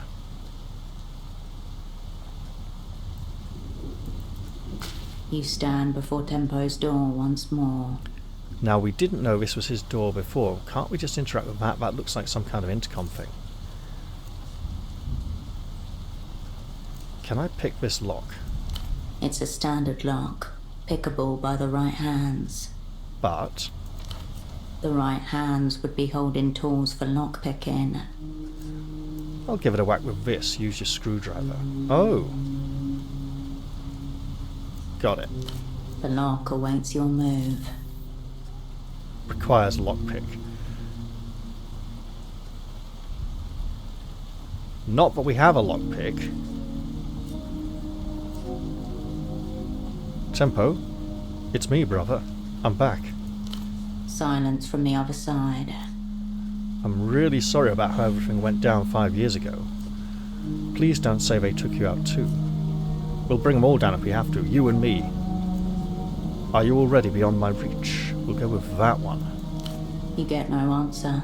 No twitch or shuffle behind the metal.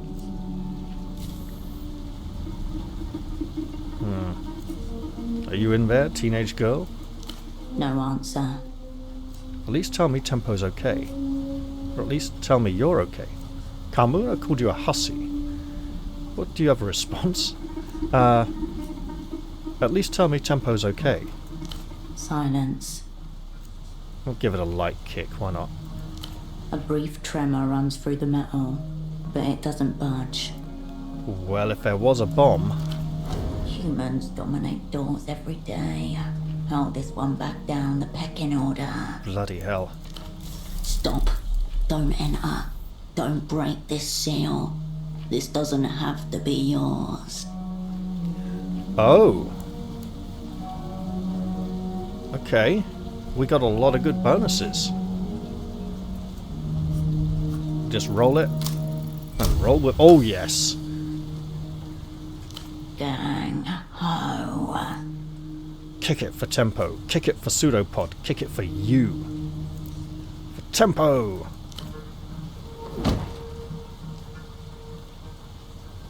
What a rubbish lock. Frame screams in protest and concedes as you fling the door backwards into the room. And then get shot. Or maybe not. Okay. This sign used to have a name on it before the years smeared it away. Can we go back out through the door? We don't seem to be able to go back out through the door. This doesn't seem to match at all. No, okay, wow, we're just stuck in here. A torrential staining of blood, that can't be good. A ruined sofa with a sad story to tell. Maybe we should check the rest of the room.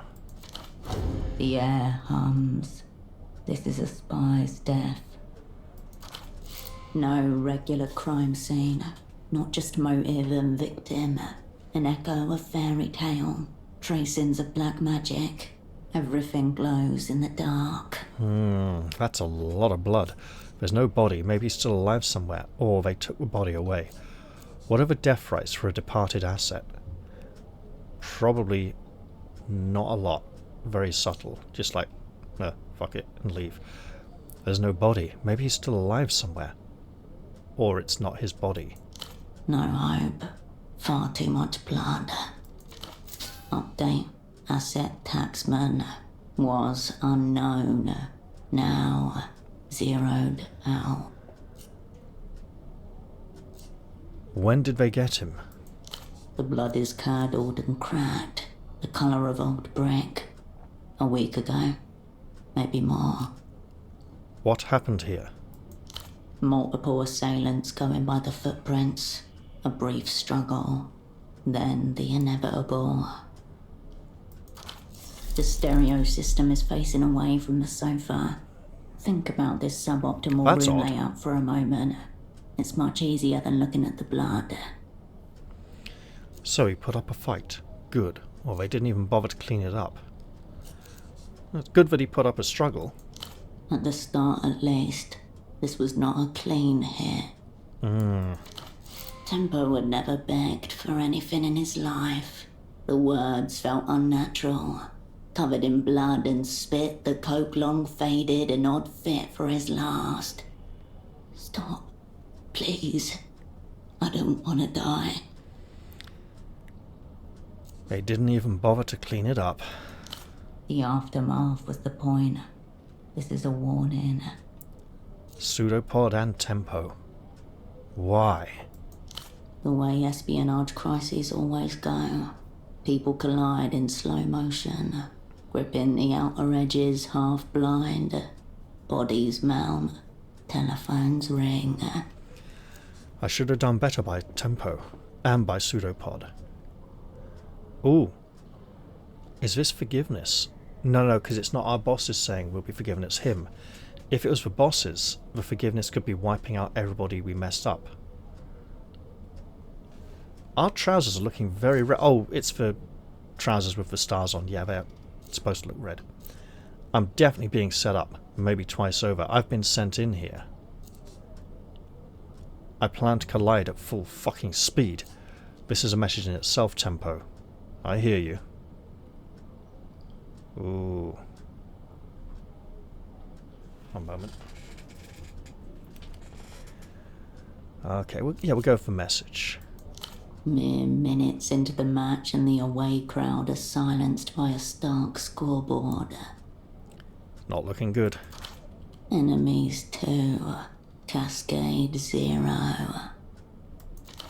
A jagged mouth pressed against phone receiver. It's Cascade or nothing. And you tell her if we pull this one off, all will be forgiven.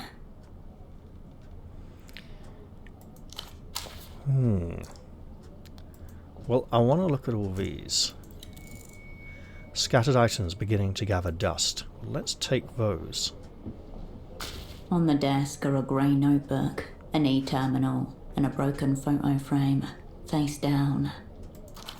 Next to the frame is an eye with a long single teardrop, shaped out of a fine white powder. Oh, this is annoying. I don't have much time left. I should go soon, but let's inspect the notebook. It's soft and ringed. The word accounts is written across the top in black marker. And flip through the pages. A thicket of serial numbers, dates, columns and rows cover the pages top to bottom, along with shorthand references to incomes and outgoings. You notice the handwriting completely changes in the more recent entries. And we know who's been taking care of that. Let's compare the two sets of handwriting. The first dates back years, harsh-lined, heavy-handed, all capitals. Tempos. Obviously. The second set is an elaborate looping cursive. Some of the eyes have little hearts instead of dots. Yep, we know who that is, and we'll check for variations in the grammar just to make it even more obvious. There are none. The first set of handwriting even uses the word cunt with the same wild abandon as the second. Oh! What if the teenage girl is Tempo, somehow? Did Tempo have a stroke? It would be quite rare for a rupture in artery to entice one into calligraphy. This must be the new teenage boss, allegedly. The heart suggests a compassionate touch. Maybe even a human relations department. Let's check the expenses. Rent, utilities and other minor operating costs, including travel. Multiple instances of round-trip tickets between Portofino and Acquia de la Luz. Okay, we'll check the payroll. A list of names, titles and compensation. One of the rows has been firmly crossed out with aggressive black lines. Is it me? Ignatz. Could be the individual with flexible loyalties that Carmuna mentioned.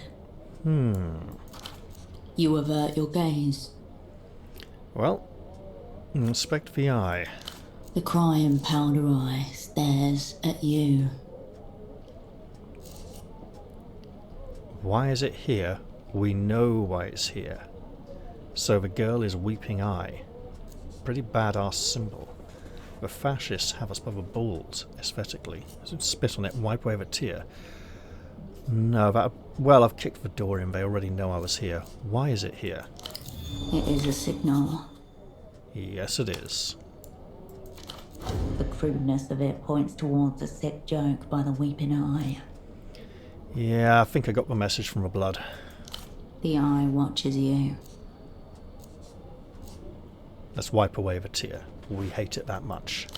Your finger returns to you with a dusting of white. Could wipe it on our trousers, put it under our nose, put it in our mouth. It tingles on the tip of your tongue. It prances underneath your lips, keeps you cool. It's cocaine. Oh, great. I mean, it was The pretty eye obvious is it no was. longer weeping. Let's inspect the picture frame before we turn to the computer. As you turn the frame around, dust falls Oh, and a blade that's of familiar. light momentarily obliterates the row of faces presented. It's like somebody's hit list. Inside your stomach, Spider's skull. That's us. That's him. There's 1, 2, 3, 4, 5 other people in the picture. One A hiding their surprise face. attack launched from your own past. Yeah. Here you all are. Tempo. Taxman. ST. S-Stock. Okay, so S-Stock. The S-Stock is a particular kind of sword, but it's also a French word, coverall word for swords as well. Vespa. Virtue. Me. Cascade. Ramses. Radiant. Carolina. Kindred. And Holocene. Holocene. Nothing extra about him, okay.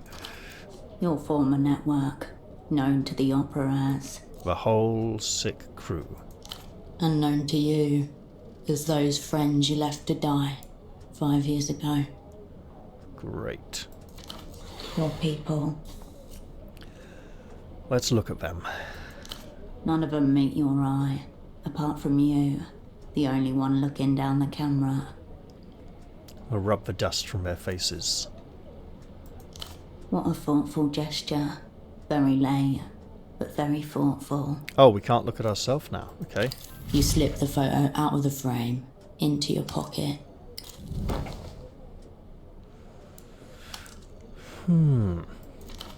Pressing against your heart once more. Why did Tempo hold on to this photo, or I left these people behind? Well, that's already been established, so why did he hold on to this? A fatal case of sentimentality, leading cause of death among old assets and spies.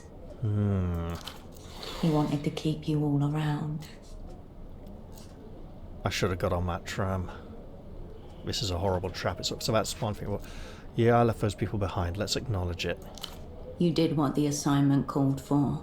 What you were told to do. Face up to it. For Cascade, all will be forgiven. Yep. We didn't need reminding, but apparently I should have really got on that tram and not stayed here. But that tram isn't going anywhere because the tram line's broken. Too late. Fading lights in the fog.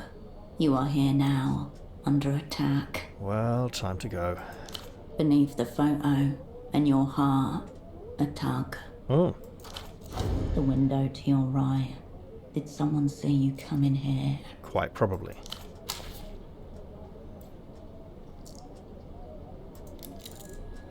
Here's a box for an electric bidet with built-in seat warmer. Okay. A line of reflective scarlet catches the light within the box. Could it be something to open locks? Ouroboros black. Wait. Oh, it's cigarettes. I thought it looked like another disc. Okay. We can't get any more fatigue.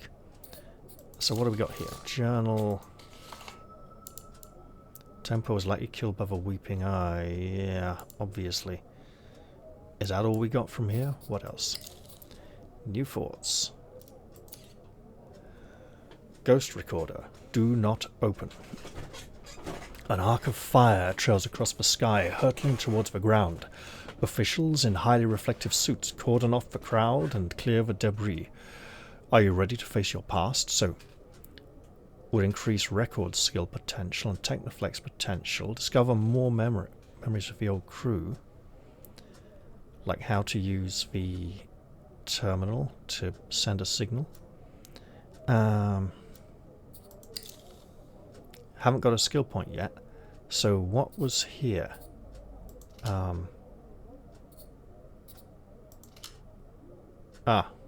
Right, I see. Window. Darkened, grease-stained glass. Only faint shapes visible beyond. Maybe we shouldn't go back out through the door. So if we're here... The desk is as you left it. I'm not gonna do that second option. Let's turn on the E-terminal. It doesn't turn on. Someone's cut the cord. Right, that'll do then. You turn from the desk, back to the ransacked room. And the window. You can make out an impression of the bazaar beyond the window, obscured by dust and grime. Let's wipe the glass of our sleeve. I mean, we've already left evidence of our entry. You gather up your sleeve and exhale onto the window, where your breath reveals a clear handprint in the dust. Was it mine? Put your hand on it. Are we, like, touching it, or just checking to see if it fits? You raise your hand and place it gently onto the print. It's smaller than your own. Good to know. That is not Tempo's hand. Someone else has been using this place, as we have already learned. You are late to the party, and the after party. We'll scan the bazaar. It hums with free-flowing commerce. Pensioners with oversized bags, teenagers carrying skewers of fried shrimp, dockers moving pallets off the canal. Just like the former overseers of Silk Number 3, standing at this window, studying the movements of the dye workers, looking for signs of disturbance. We could wish Tempo was here, or say there's something off with this place. Let's go with that. An unusual shape breaks the pattern. A large orange figure, sliding between the stalls. Oh, I think we know who that is. Glancing up at the office. Too much, and too often. Our second shadow. The man from the photo shop. The weeping eyes errand boy. The tale of a seedy little oddity. He's not that little. The tale who's been on our track. And we've had memories of meeting him before this place, in a cottage somewhere up in the mountains. Of course. In espionage, coincidence is folklore. What's my move here? Known to the opera as The whole sick crew. It says lose him in the bazaar. Turn its layout against him. Okay, that sounds challenging. I'm not sure how we should do that. You can make out an impression of the bazaar beyond the window, obscured by dust and grime. Let's gaze out across the water, maybe to see if we can see that ghost boat. Across the canal was the district of Lower Vudas, a haggling mess of slums, continually sprouting from the defunct ruins of itself. Alright, and if we check the table again... The desk is as you left it. Yep. You turn from the desk, back to the ransacked room. Well, now we need to find a way to leave. Now the door is available to us. I think we should get the hell out of here before it gets any worse. Find out what Tempo has to do with the assignment. Well, move furtively through the bootleg bazaar is your best bet. So if we were going to be subtle, we obviously shouldn't wear that. The white of the eye shoes would be ironic as we're going after the weeping eye. Wait, sneaky is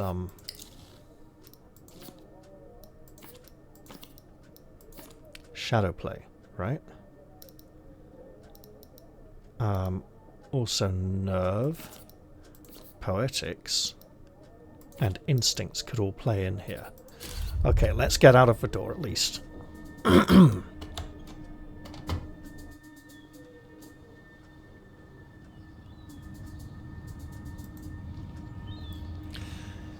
And now, I think we should sneak into the next episode, because I should probably leave it off here. I hope you all enjoyed this one, and I'll look forward to seeing you all in the very next episode. I'll say goodbye for now, though, and cheerio, everyone. See you all soon.